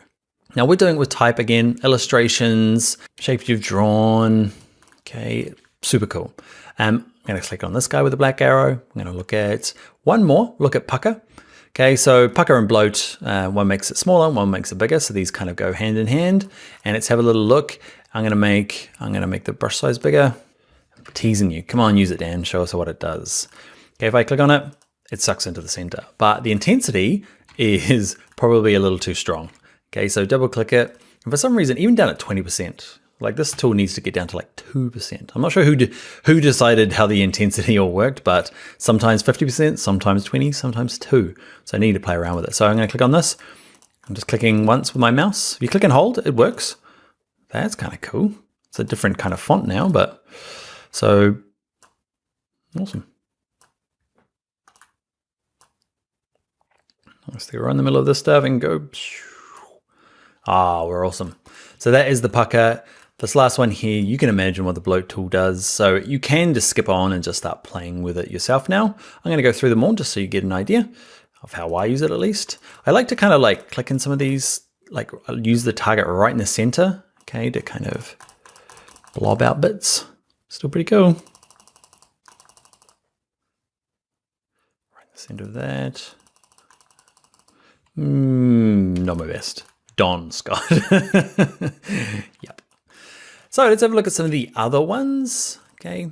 It is all about experimenting, right? So scallop, crystallize, and wrinkle all end up not looking the exact same, but they crinkle the edges. Okay. But they work slightly different ways. Scallop kind of like drags it in on itself. So it's kind of like blasting inwards. And then say crystallize does the opposite and kind of blasts it out. Oh, I'm going to experiment with different ones. Yep.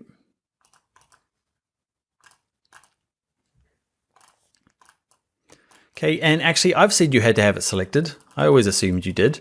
Okay, it's actually easier. Okay, learning is, we're all learning.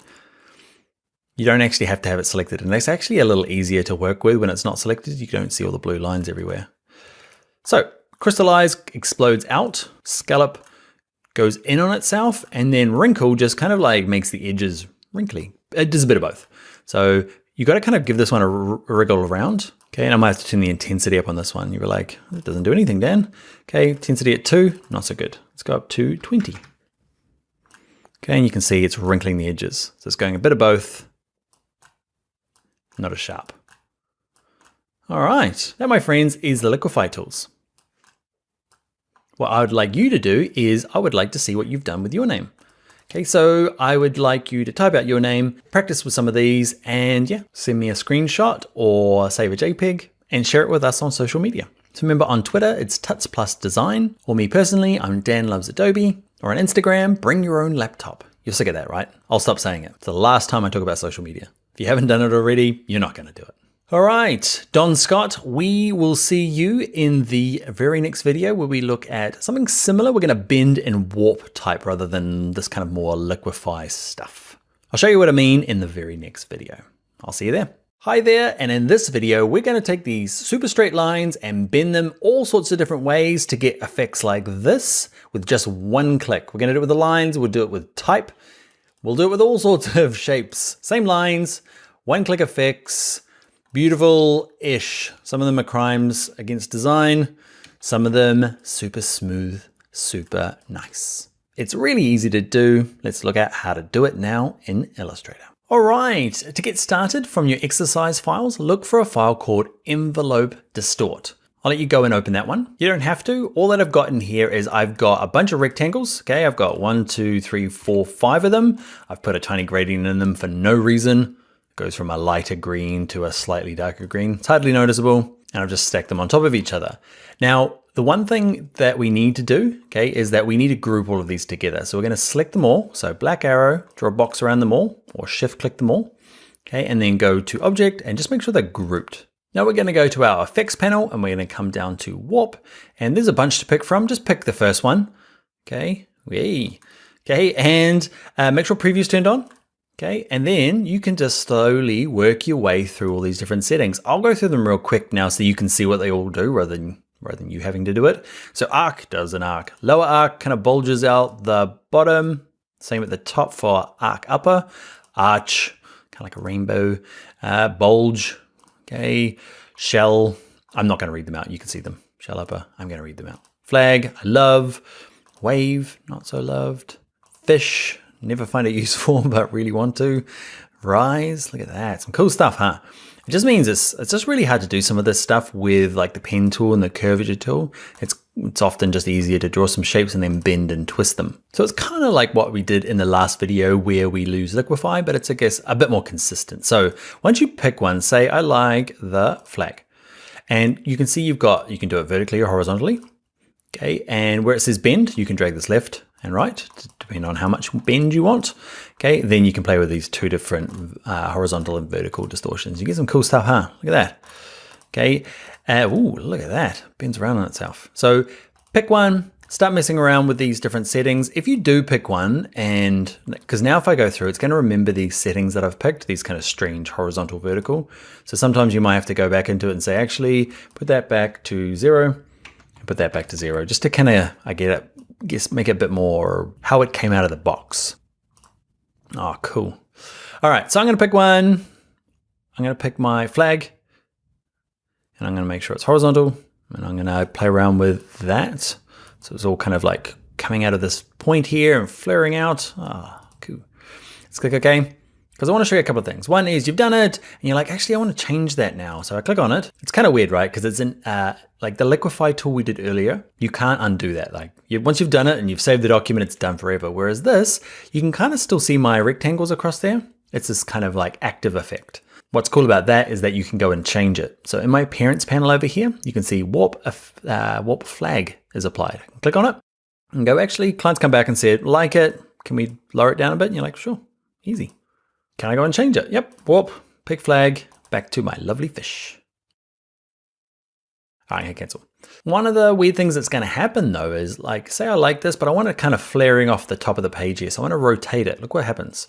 Click and rotate. I have to use the edge of the box here. Okay, not the edge of this projecting kind of effect, but the kind of original rectangles here. And watch this. If I do it around this way, can you see? It's an effect that's trying to make it go horizontal still. So that's a bit weird. So I'm going to undo till it's back to normal. To get around that, what you need to do is basically the same as what we did earlier with the type. Remember we outlined it, okay? But with an object, it's called expand appearance. So object, expand appearance, and you'll notice that it becomes, you can't see those little stripy lines through the middle now. It's kind of just a full effect. It's committed forever. I can't change it now, which is a drawback. So you might want to copy and paste it before you do this, but I get to rotate it. I'm going to rotate it around. You can squish the ends. Okay, now it's just a regular old shape. I'm going to rotate it back around, something like this. I'm going to have type coming out the side for no good reason, just because I want to show you how to do it with type and the pros and cons for that. So type tool, click on it. We're using, I use my name. I always use my name. You use your name. I'm going to pick a font. I know what I want. I want Museo Slab, like this one. Nice big kind of university slab serif. Make it nice and big. Now, you'll notice there that I didn't use the font size. Okay, kind of cheated. So there's the font sizes. You can type it in there. Or what you can do is with your black arrow, like we did these shapes. Remember, if you hold down shift and grab the side, we can shrink it down. Same with the type. I often do this because I don't want it to be a specific size, I guess. I want it to be relative to something. So I need to kind of visually see it. Just kind of make it the right size. All right, Giant Dan, we are going to envelope distort you. The cool thing about this is that it doesn't need to be grouped. Nothing needs to happen. Just do the exact same thing. Effect, warp. I'm going to pick one of these. I'm going to pick fish. We love fish. There we go. Probably needs to be the other way. Okay, and the other way. Oh yeah, no. Fixed it. Okay, so that's how you do type. The only other thing I want to show you with type is that the type is still editable, which is quite cool. So we can double click it and we can get run and we could be, I don't know, Jan. It's my mum's name. Wol. It's my dad's name. And Ben is my brother's name. I only learned this doing this course and you're like, actually we all have 3 letters. We all cut it down to 3 letters anyway. Okay, and black arrow, cut in the background there.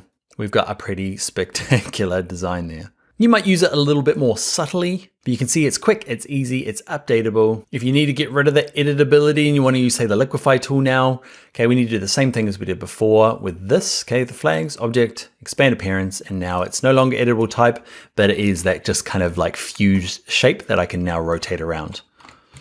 All right, my friends, that is warping in Illustrator. Often it gets referred to as an envelope distort. Doesn't really matter what you call it, it's pretty cool. But that is us for now. In the next video, we're going to look at patterns and repeating patterns. It's fun, and I will see you in the next video for that. Hi there, in this video, we're going to take this shape that we made earlier, flip it upside down, and then turn it into a repeating pattern that goes on forever and ever and ever. We'll take a simple one and then we'll turn it into a bit more abstract version of it. We'll flip it around and it'll just repeat on forever for us. It's great for backgrounds. I use it for printing fabrics, printing wallpapers, gift wrap. Repeating patterns are awesome and easy. Let me show you how to do it now in Illustrator. All right, to get started, go to your exercise files and you're looking for this one here called pattern. Open that up. Again, you can use this file here. It's just something we drew earlier, but you can use your example or just hand draw anything. You could use our penguin or the sea creature you made. Now to make a repeating pattern, if we just want it to be the M, we just leave it as is. I'm gonna group it, so select it all, object, group. I'm gonna copy and paste it, so I've got another version of it. And I'm just gonna rotate it around, okay, just so that it's, I guess so I get a bit more of an interesting kind of wallpapery pattern. The other thing you need to do is that whatever size it is now, so this is my US letter size, this is going to be the size of the pattern. It's quite hard to adjust the size of the pattern after you've made it.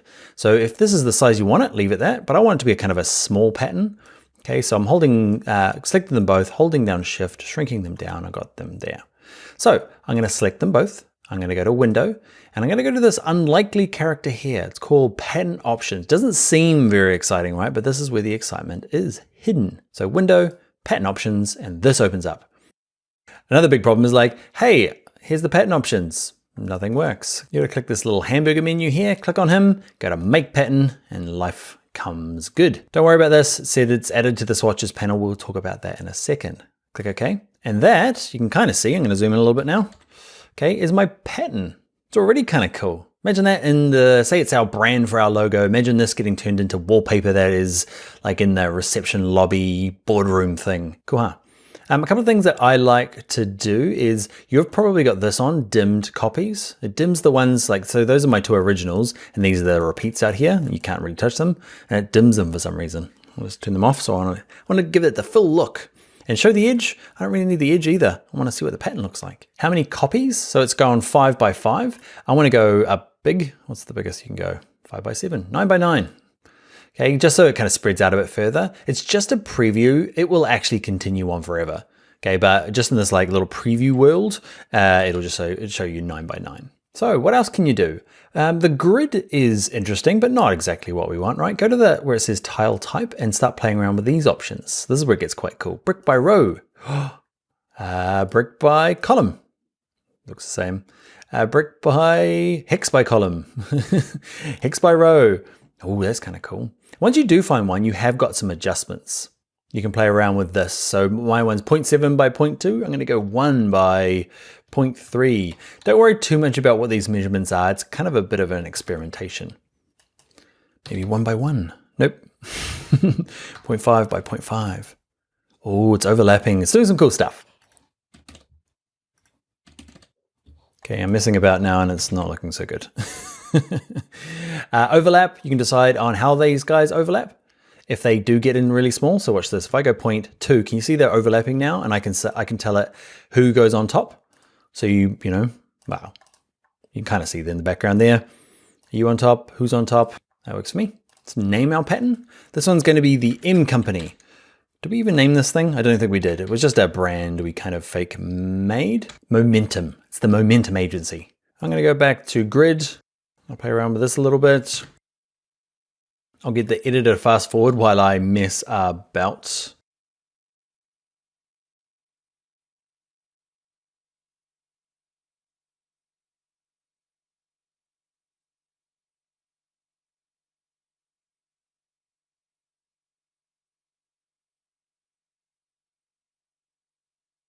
All right, we're back, and you would have noticed I spent ages doing that. That's okay. So what happens now? You're like, okay, I've done it. I like it. What do we do? This is the really weird thing about this tool. You're like, great, where's the button? It's way over here. Can you see in the top left here? Okay, we've seen this before when we used isolation mode, but in this case, they're using this little gray bar, and we want to have this one that says done. We say, I'm done, thanks. And you're like, oh, what happened? Where did it all go? Okay, so what happens is you use these as your like creation tools. You make them and you make your pattern, and that little pop-up window at the beginning says, don't worry, we'll make it and we'll stick it in your swatches panel for you. And that's where we need to go find it. So we don't need these anymore. I'm just gonna put them over here because I don't know, I don't want to delete them for no reason. I'm gonna draw out a rectangle, any sort of size. I'm gonna cover the whole background. Don't worry about the fill color, or maybe give it a stroke, give it no stroke, but the fill color is where we're gonna change it. This thing popped up. You can have it open, it doesn't matter because the same things appear in here when you go to swatches. It's up to you. So I've got my rectangle selected, I've got the fill color clicked, and there he is there. See that teeny tiny little M company? There he is there. There's my fill. Cool, huh? And that is my crazy repeating M pattern. I love it. All right, next thing is let's edit this pattern. Let's first of all change what's in it physically, and then we'll change the size. So if you go to fill, so I've got my, I've got the big rectangle selected. Go to fill, there's this option that says pattern options, or you can go to window and pattern options is down here. Okay, it doesn't matter which way you go. And nothing really happens. Go up to the hamburger menu and say, I would like to edit this pattern. And we go back into that kind of like mysterious world here with the gray bar at the top. But now what it lets us do is let's click on this one that says show tile edge, because that's kind of the boundaries of this repeating tile. So what I can do is I can copy this guy here and paste it. So I've got another guy. You can see what it's doing over on all these different places. And now you can get all kind of like funky with copy, pasting another one. I'm gonna do this more, I guess, trying to go for random. Just kind of moving it around so it fills in some of these gaps, maybe one more. I want to do a small one, but I think I won't. And this is where, because there's lots of overlapping now, say, depends on which color is your primary color. You can start messing around with like who's on top, who's on bottom. Yeah. Makes a bit more sense when you've got them overlapping.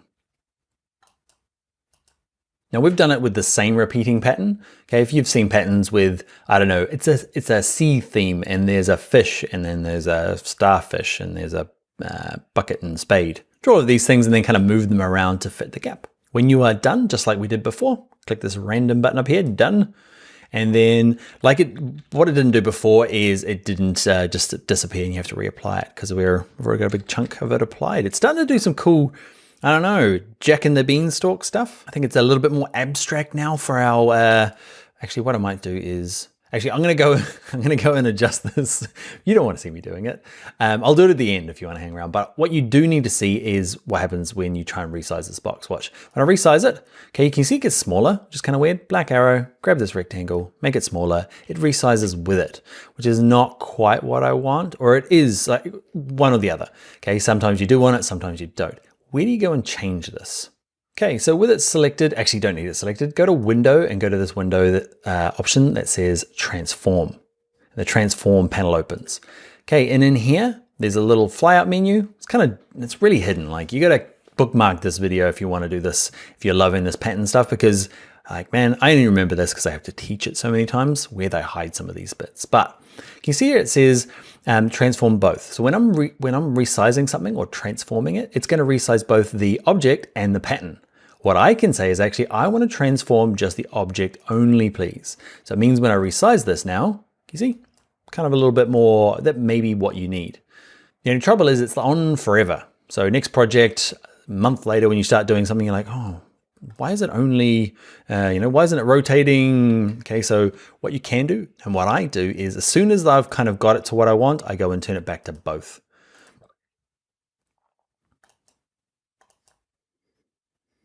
Now I get to resize it and kind of get it to a smaller size, turn it back to object only, and I can resize this up and it will keep repeating forever.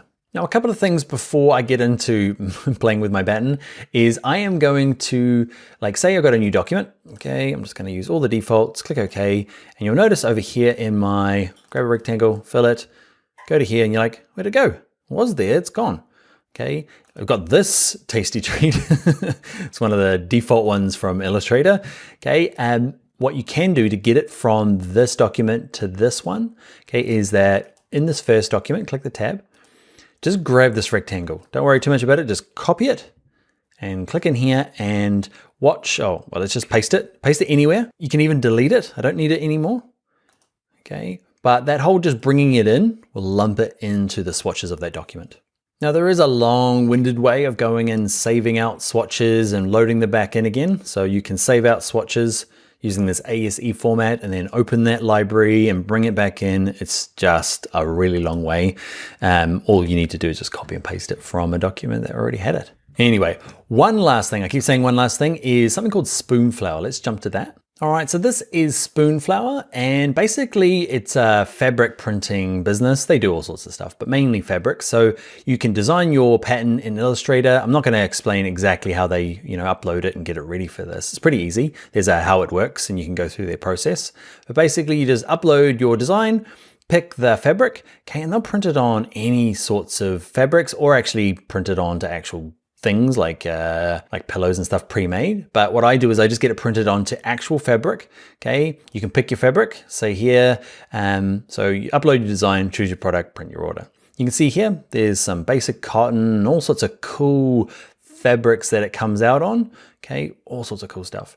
What I did when I originally got started with them is they've got a swatch pick, a sample pack. Okay, so you can get I guess a feel for all of the different fabrics before you order them. Okay, and yeah, you print it, and they print really small runs, which is quite cool. They print by the meter or by the yard. Yeah, and it just turns up and you can start sewing it into things. I mainly get things like wallpapers done for businesses, or wrapping paper for maybe corporate gifts or your own personal gifts. Anyway, that is Spoonflower. And that is going to be us for doing this amazing pattern making. I am now going to close this down and mess about with my pattern to try and make it less like a beanstalk. But if you hit me up on social media with the things you've created, take a little snapshot. I'd love to see what you've done. After you've done that, I will see you in the next video where we vectorize an image. We turn it into like a cool vector hand-drawn illustration with a click of a button. All right, I'll see you over there. Hi there, this image we're going to create kind of a vector poster effect. We're going to take regular old images like this guy, I'll zoom out a bit, and turn them into cool stuff like that. Same with this, took an image, made it kind of like a 3-color screen print style. And then we did this handsome man into a bit of a stencil. Then we made it white and he gets all creepy. No matter what you want to do, it's all pretty easy. Illustrator does all the hard work. Let me show you how to do it now. All right, to get started, just create a blank document, okay, any old size. And let's go to File and Place an Image. File, Place. In your exercise files, grab the one called Live Trace, and let's click Place. Now it's probably easiest to click, hold, and drag this out so it fits within your page. Okay, or just resize it if it comes in nice and big. So with it selected with your black arrow, okay, over here in your quick actions, there's this option called Live Trace. Kick back, relax, get ready. Actually, no, click it and pick one of these. Let's click 3 colors. Now kick back and relax. Now it depends on your machine. Mine's pretty good. Hardcore machine in terms of a laptop. It's still going to take quite a while, so I'll get the editor to speed this up. I'll see you in a sec. All right, we're back. That took maybe another 60 seconds or so. It's not very long. If you've got a hand-me-down laptop and your computer starts making funny noises and the fans come on and it starts overheating, just know that's real common. Like, it's quite a stressful thing it has to do. So you might have to just relax and let it do its thing and come back after a cup of tea. But it's pretty cool, huh? It's gone through and turned this into a 3-color document. Let's use colors from the document to make them. Let's look at how to adjust the options. So hopefully you've still got it selected. Over here it says trace image. You can go through the presets. I'm not going to go through them all because it takes a long time. We'll go through 1 or 2 more later in the class. But let's say we like this, but we just want to change it a little bit. See this little option here? It says open the trace panel. Okay, and this big old panel opens up. Actually, yours is probably looking a little bit more like that. So make sure preview's on. And what you can do, you can see here, I can adjust the colors. Okay, I can decide whether it's black and white or grayscale. Along the top here are some other kind of presets you can click on. The trouble with them is that they do take a while once you do click on one of them. So let's go through and pick one of the other presets. Let's go to 6 colors, and then we'll do one more before we go. We'll go fast.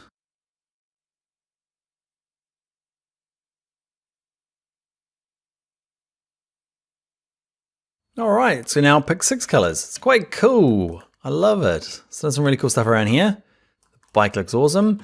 Okay, so a couple of things I want to show you before you go off and start practicing with all of these, because there's going to be a time where you're like, actually, I want to because it's what happens with live trace. It's this effect that's always kind of running, and it can really stress your machine out when you try to adjust things. If I rescale it down now, it's going to freak out. Okay, so what we need to do, kind of like what we did with, remember the envelope distort where we had just the straight lines? Okay, there were rectangles, and we had to eventually go to object and go to expand appearance. There's a similar sort of process for this. The trouble is that you can't have all these presets anymore. So that's the kind of trade-off. Let's close this down. With it selected, it's the word expand over here. We'll click on expand. Some more initial pixel clustering. Wait for that to finish.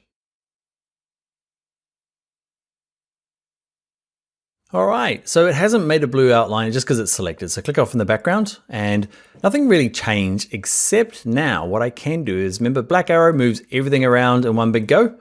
Okay, a little bit slowly.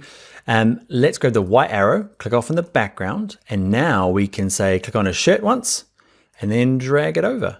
Remember the white arrow moves little pieces and I can delete it, or I'm gonna put it back and grab this chunk and drag this out. Cool, huh? What we also might do is, let's say we've got this kind of accent color in a shirt. If you click on one of them, say you want to change all the blue, you'd be there for a long time, right? So what you can do is click on one of them with the white arrow. If it's not working, just click off in the background first, then back on it. Then go up to select. I would like Illustrator to select everything that has the same fill color. Cool, huh? It's a cool little trick. And it'll go through the whole document and find that color. Now I can go to my fill and I can say, you are now pink. Click off in the background. It's a nice quick way for doing that. Now we've done it for this live trace, but that select same color I use quite a bit through Illustrator when I'm doing maybe a design, maybe it's a website design or something like that. And you're like, I want to change this color, but it's been used throughout your huge design. You can do select same color.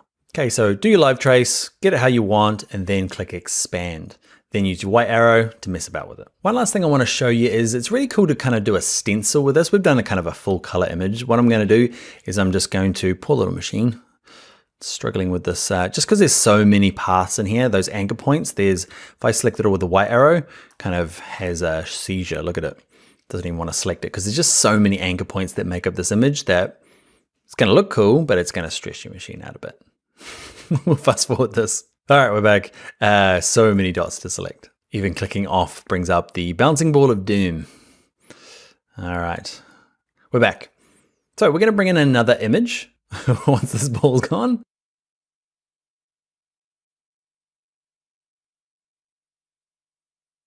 All right, we had to fast forward that up. That took a little while. I leave it in there kind of just so you know, like if your machine's going really badly, don't worry. I got a pretty good Mac here and it's still stressed. Mainly because I'm doing video recording, but even if it wasn't, it's still pretty bad. So let's bring in another image file. Let's go to place. And let's say I want to use me, my smiley face there. So the one called Daniel Walter Scott. We're going to place that image in here, but I want it to be that stencil like you saw at the beginning. So I can go through and say, actually live trace it. Let's go to black and white logo, and it's gonna half work. But what I really wanted was kind of me by myself without the background. And the way to do it is we need to jump into Photoshop. Now I know not everyone has Photoshop skills. Probably a lot of people will. If you don't, I have a Photoshop course here on Envato Tuts Plus. Go check that out. We'll just do some real basic stuff. So I'm going to delete that and I'm going to open that same image up in Photoshop. So in Photoshop, file open, where is me? Daniel Walter Scott. It's me with my microphone being in shot. Anyway, I want to cut myself out. A really quick, easy trick is select and subject. It's a really cool new feature in Photoshop. If you've got an old version of Photoshop, you might have to use the quick selection tool. And magic, huh? It's a little hard to see often in these videos, the marching ants around the outside, but if you can see them, it's done a pretty good job. And because this is a stencil, I'm not worried. Like I just want a real basic selection. If you don't have that cool little select subject option, just use this tool here. It's called the quick selection tool, and just kind of work your way around. It lost a little bit of my hair. I can't lose any of my hair. I've lost too much. I need this tiny bit on the top. I need you back in there. Okay, so any which way you get a selection, I'm going to use a real cheap trick. No, I won't. I'll do the proper way. With the background selected, see this option here? Make a mask. It's this little square with a circle in it. It's cut out the background. Don't worry that it's all a bit chunky over here. We should fix it, but it's not going to make any difference to our stencil. All right, let's go to File. Let's go to Save As. and I'm going to save it on my desktop in my class files, Daniel Walter Scott, click everything's okay, close down Photoshop, back into Illustrator. So if you tidy it up first in Photoshop like that, just delete the background. If you're like, man, Photoshop's new to me and I'm not going to go do the course, just use the eraser tool and just delete the background. Because the stencil doesn't need to have a perfect edge, you can do something simple like that. So file place, I'm going to bring in the image that we put on our desktop. Okay, Daniel Walter Scott, there he is. Drag it out, and because I'm all by my lonesome now, I can go through and do live trace, go black and white logo, and just doesn't have any of the background. Cool, huh? Now the weird thing is, I think it's because we brought in a PSD instead of that original JPEG, but you notice the options have disappeared over here. Yours might not do this, mine seems to. So if you can't find those cool options that we get to change it from, remember, 3 color to a 6 color, you can get to it the long way by going up to Window and go to, it's called Trace Image. Okay, and you'll get back into this little option. If you know why it's not happening, message me on social media. I'm not sure why. Doesn't matter if it's the black arrow or the white arrow. But anyway, we can get the long way by going to Window, Trace Image. And what we can do is, this threshold is quite important when we're doing stencils, which is I lower it down and I can see a bit more detail. Okay, or at least you can kind of see what it's doing, right? It's kind of lessening the dark areas. Okay, you can just kind of drag it up and down to find where it looks good for your stencil. That's pretty good. Anyway, I'm going to go back to something. Can I see my eyes in any of these?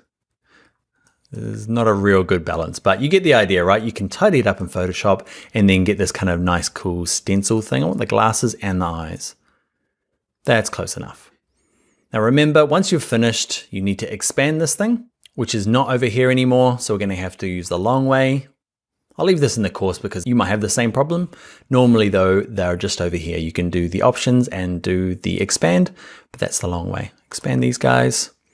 And now I can grab my white arrow, and because at the moment I've got this black stuff and this white stuff in the background, I'm going to click on white. What I mean by that is, watch this. If I drag the whole thing, can you see it's actually a white background? So I'm going to move it over here to make it a bit easier. Grab my white arrow, click on it.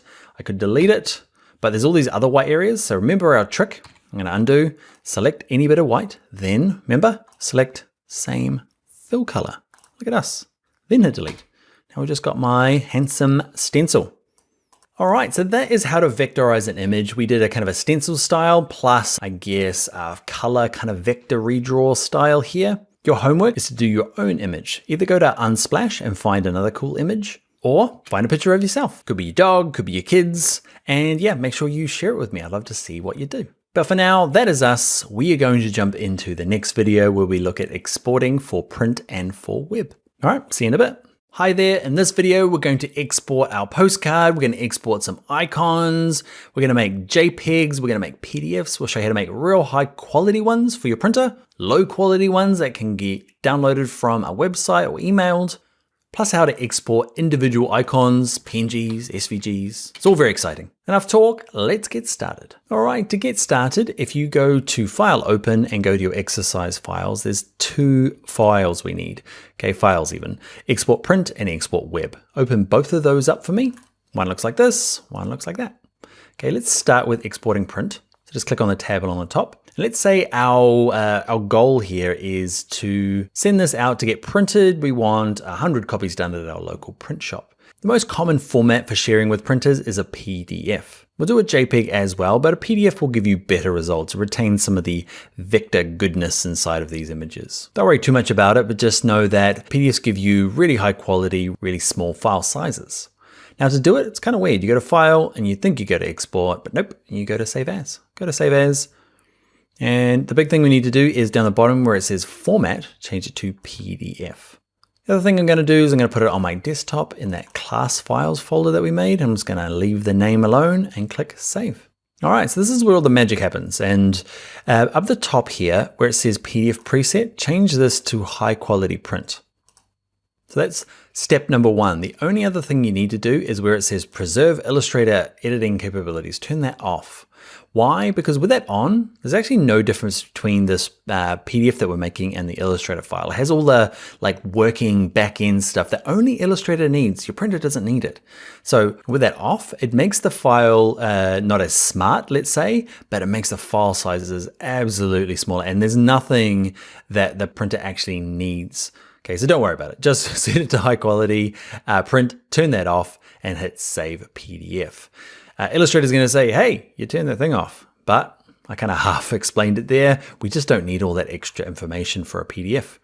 It does its thing. Let's check out my desktop. I've got that class files, and there it is there, exporting PDF. It is only 0.6 megabytes, teeny tiny. Let's have a look if we don't do it, just so that because if you're like, man, that's a big PDF, it's probably because you've accidentally forgotten. I'm going to do V2.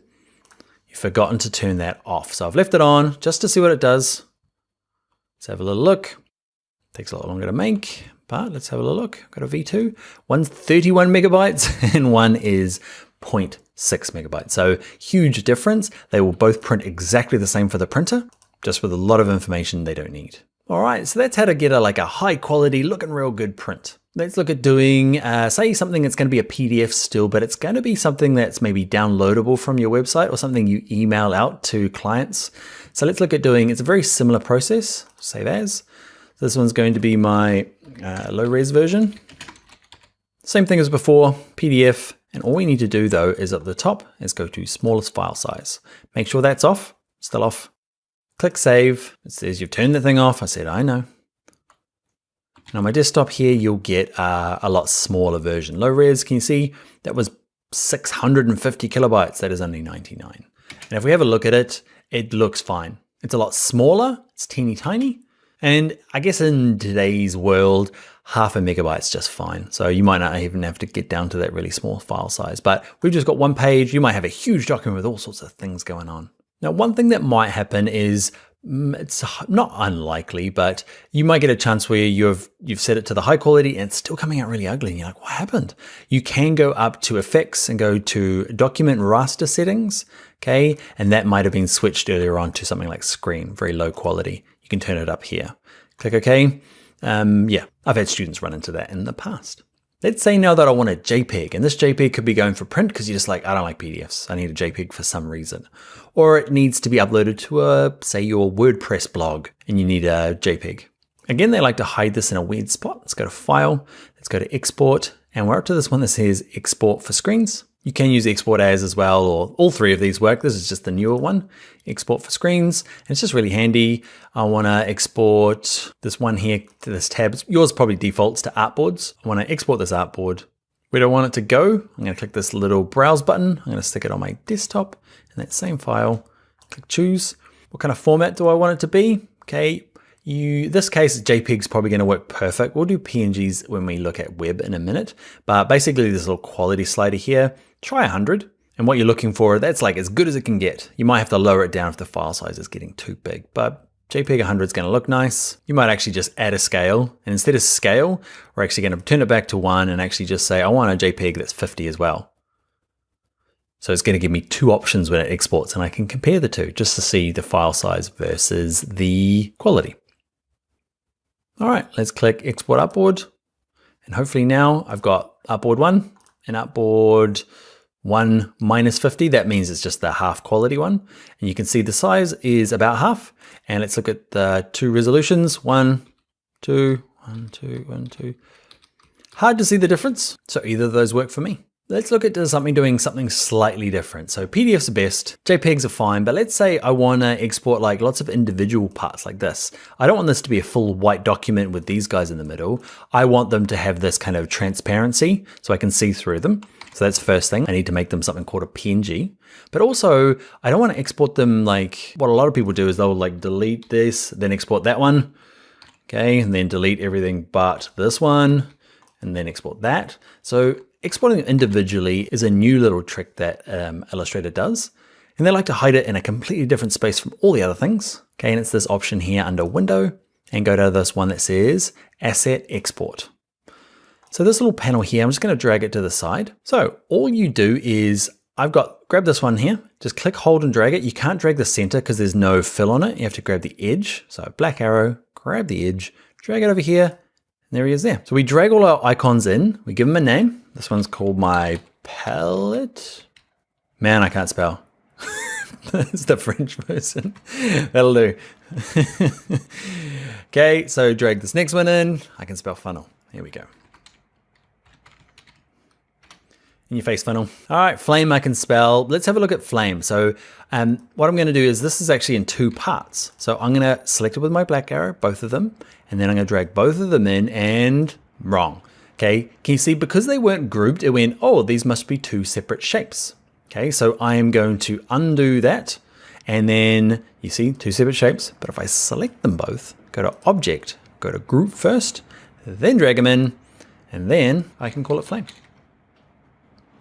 Knowing that we can drag more than one in, I've grouped all of these ones for you. So I'm going to grab all 3 of these and just drag them all in. You can see how it gets a little easier with a bit of practice. This one's my brush. This one is my stamp.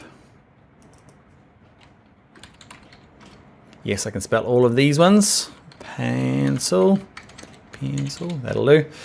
Okay, so you've got them all in here. Nothing really has happened. So this is kind of like a holding area. Okay, what I need to do is I need to select all of these. Look, when I click it, can you see what went blue? The editor will zoom in. It's a little hard to see on your own screen. You can click on individual ones and I can pick, oh, I want it to be a JPEG or I want it to be a PNG. What I'd like to do is just do them all at the same time. So hold Shift and just click them all until they're all blue. All right, now down the bottom here, you've got to decide on the format. Now, let's pretend we are going out to a website and we want transparency. So a JPEG, unfortunately, doesn't allow transparency. It'll put a white background in here. So if you export it, you'd be like, white background, weird. So you need to be this PNG. That will give you your kind of transparent background. But there is a new format that's getting more and more popular called SVG. You could do PDF here as well. Okay, but SVG would be, say I'm sending it to a web designer or developer for icons for a website. They might go, you might have a chat with them. They're kind of new. Like the developers I know, half of them know exactly what an SVG is and how to use it. And the other half are like, huh? So I just send them JPEGs. What you can do though, if you're unsure, or if you're unsure, if they're unsure, is see this thing that says add scale. We're not going to scale it out. We're going to go back to 1 time. So they're both the original size, but we're going to do this. So it just means one's going to be PNG, one's going to be SVG, and it's just going to make 2 copies for you. You can send them both and they can just use whatever they like. So let's click export. In my class files, I'm going to make a folder just to keep them all separate. So these are my web icons. Click create, click choose, and hopefully now on my desktop somewhere, I've got web icons, and you'll see I've got 2 brushes. One's a PNG, one's an SVG. And if you're like, what is an SVG? It's basically a vector graphic. Not everyone knows what a vector graphic. Go check out a video here on Envato Tuts Plus about vector versus bitmap. It'll explain it with a lot more detail. But a PNG is a certain size, and if I scale this bigger, it's going to get all yucky and distorted. But an SVG, if I scale it up, you see it can scale up to the size of a mountain or a teeny tiny size, and it's still very, very small, a lot smaller than the PNG. So that's getting used more and more around the world. SVG is scalable vector graphic. PNG is, I have no idea. It's some sort of group, photography network group, I'm guessing. And the cool thing about it is you can see you've got all these icons now all ready to go. Gets even better when you start updating them. Watch this. If I go through now and I change the stroke color of this one to pink, can you see it changed over here? Then I hit export. Actually, I'll just do them all. Let's do them all. Select them, all of them, click on stroke. They're all pink. Can you see they updated here? Export. Oh man, cool, huh? Think of all the time you can save, and they all should be updated and be pink.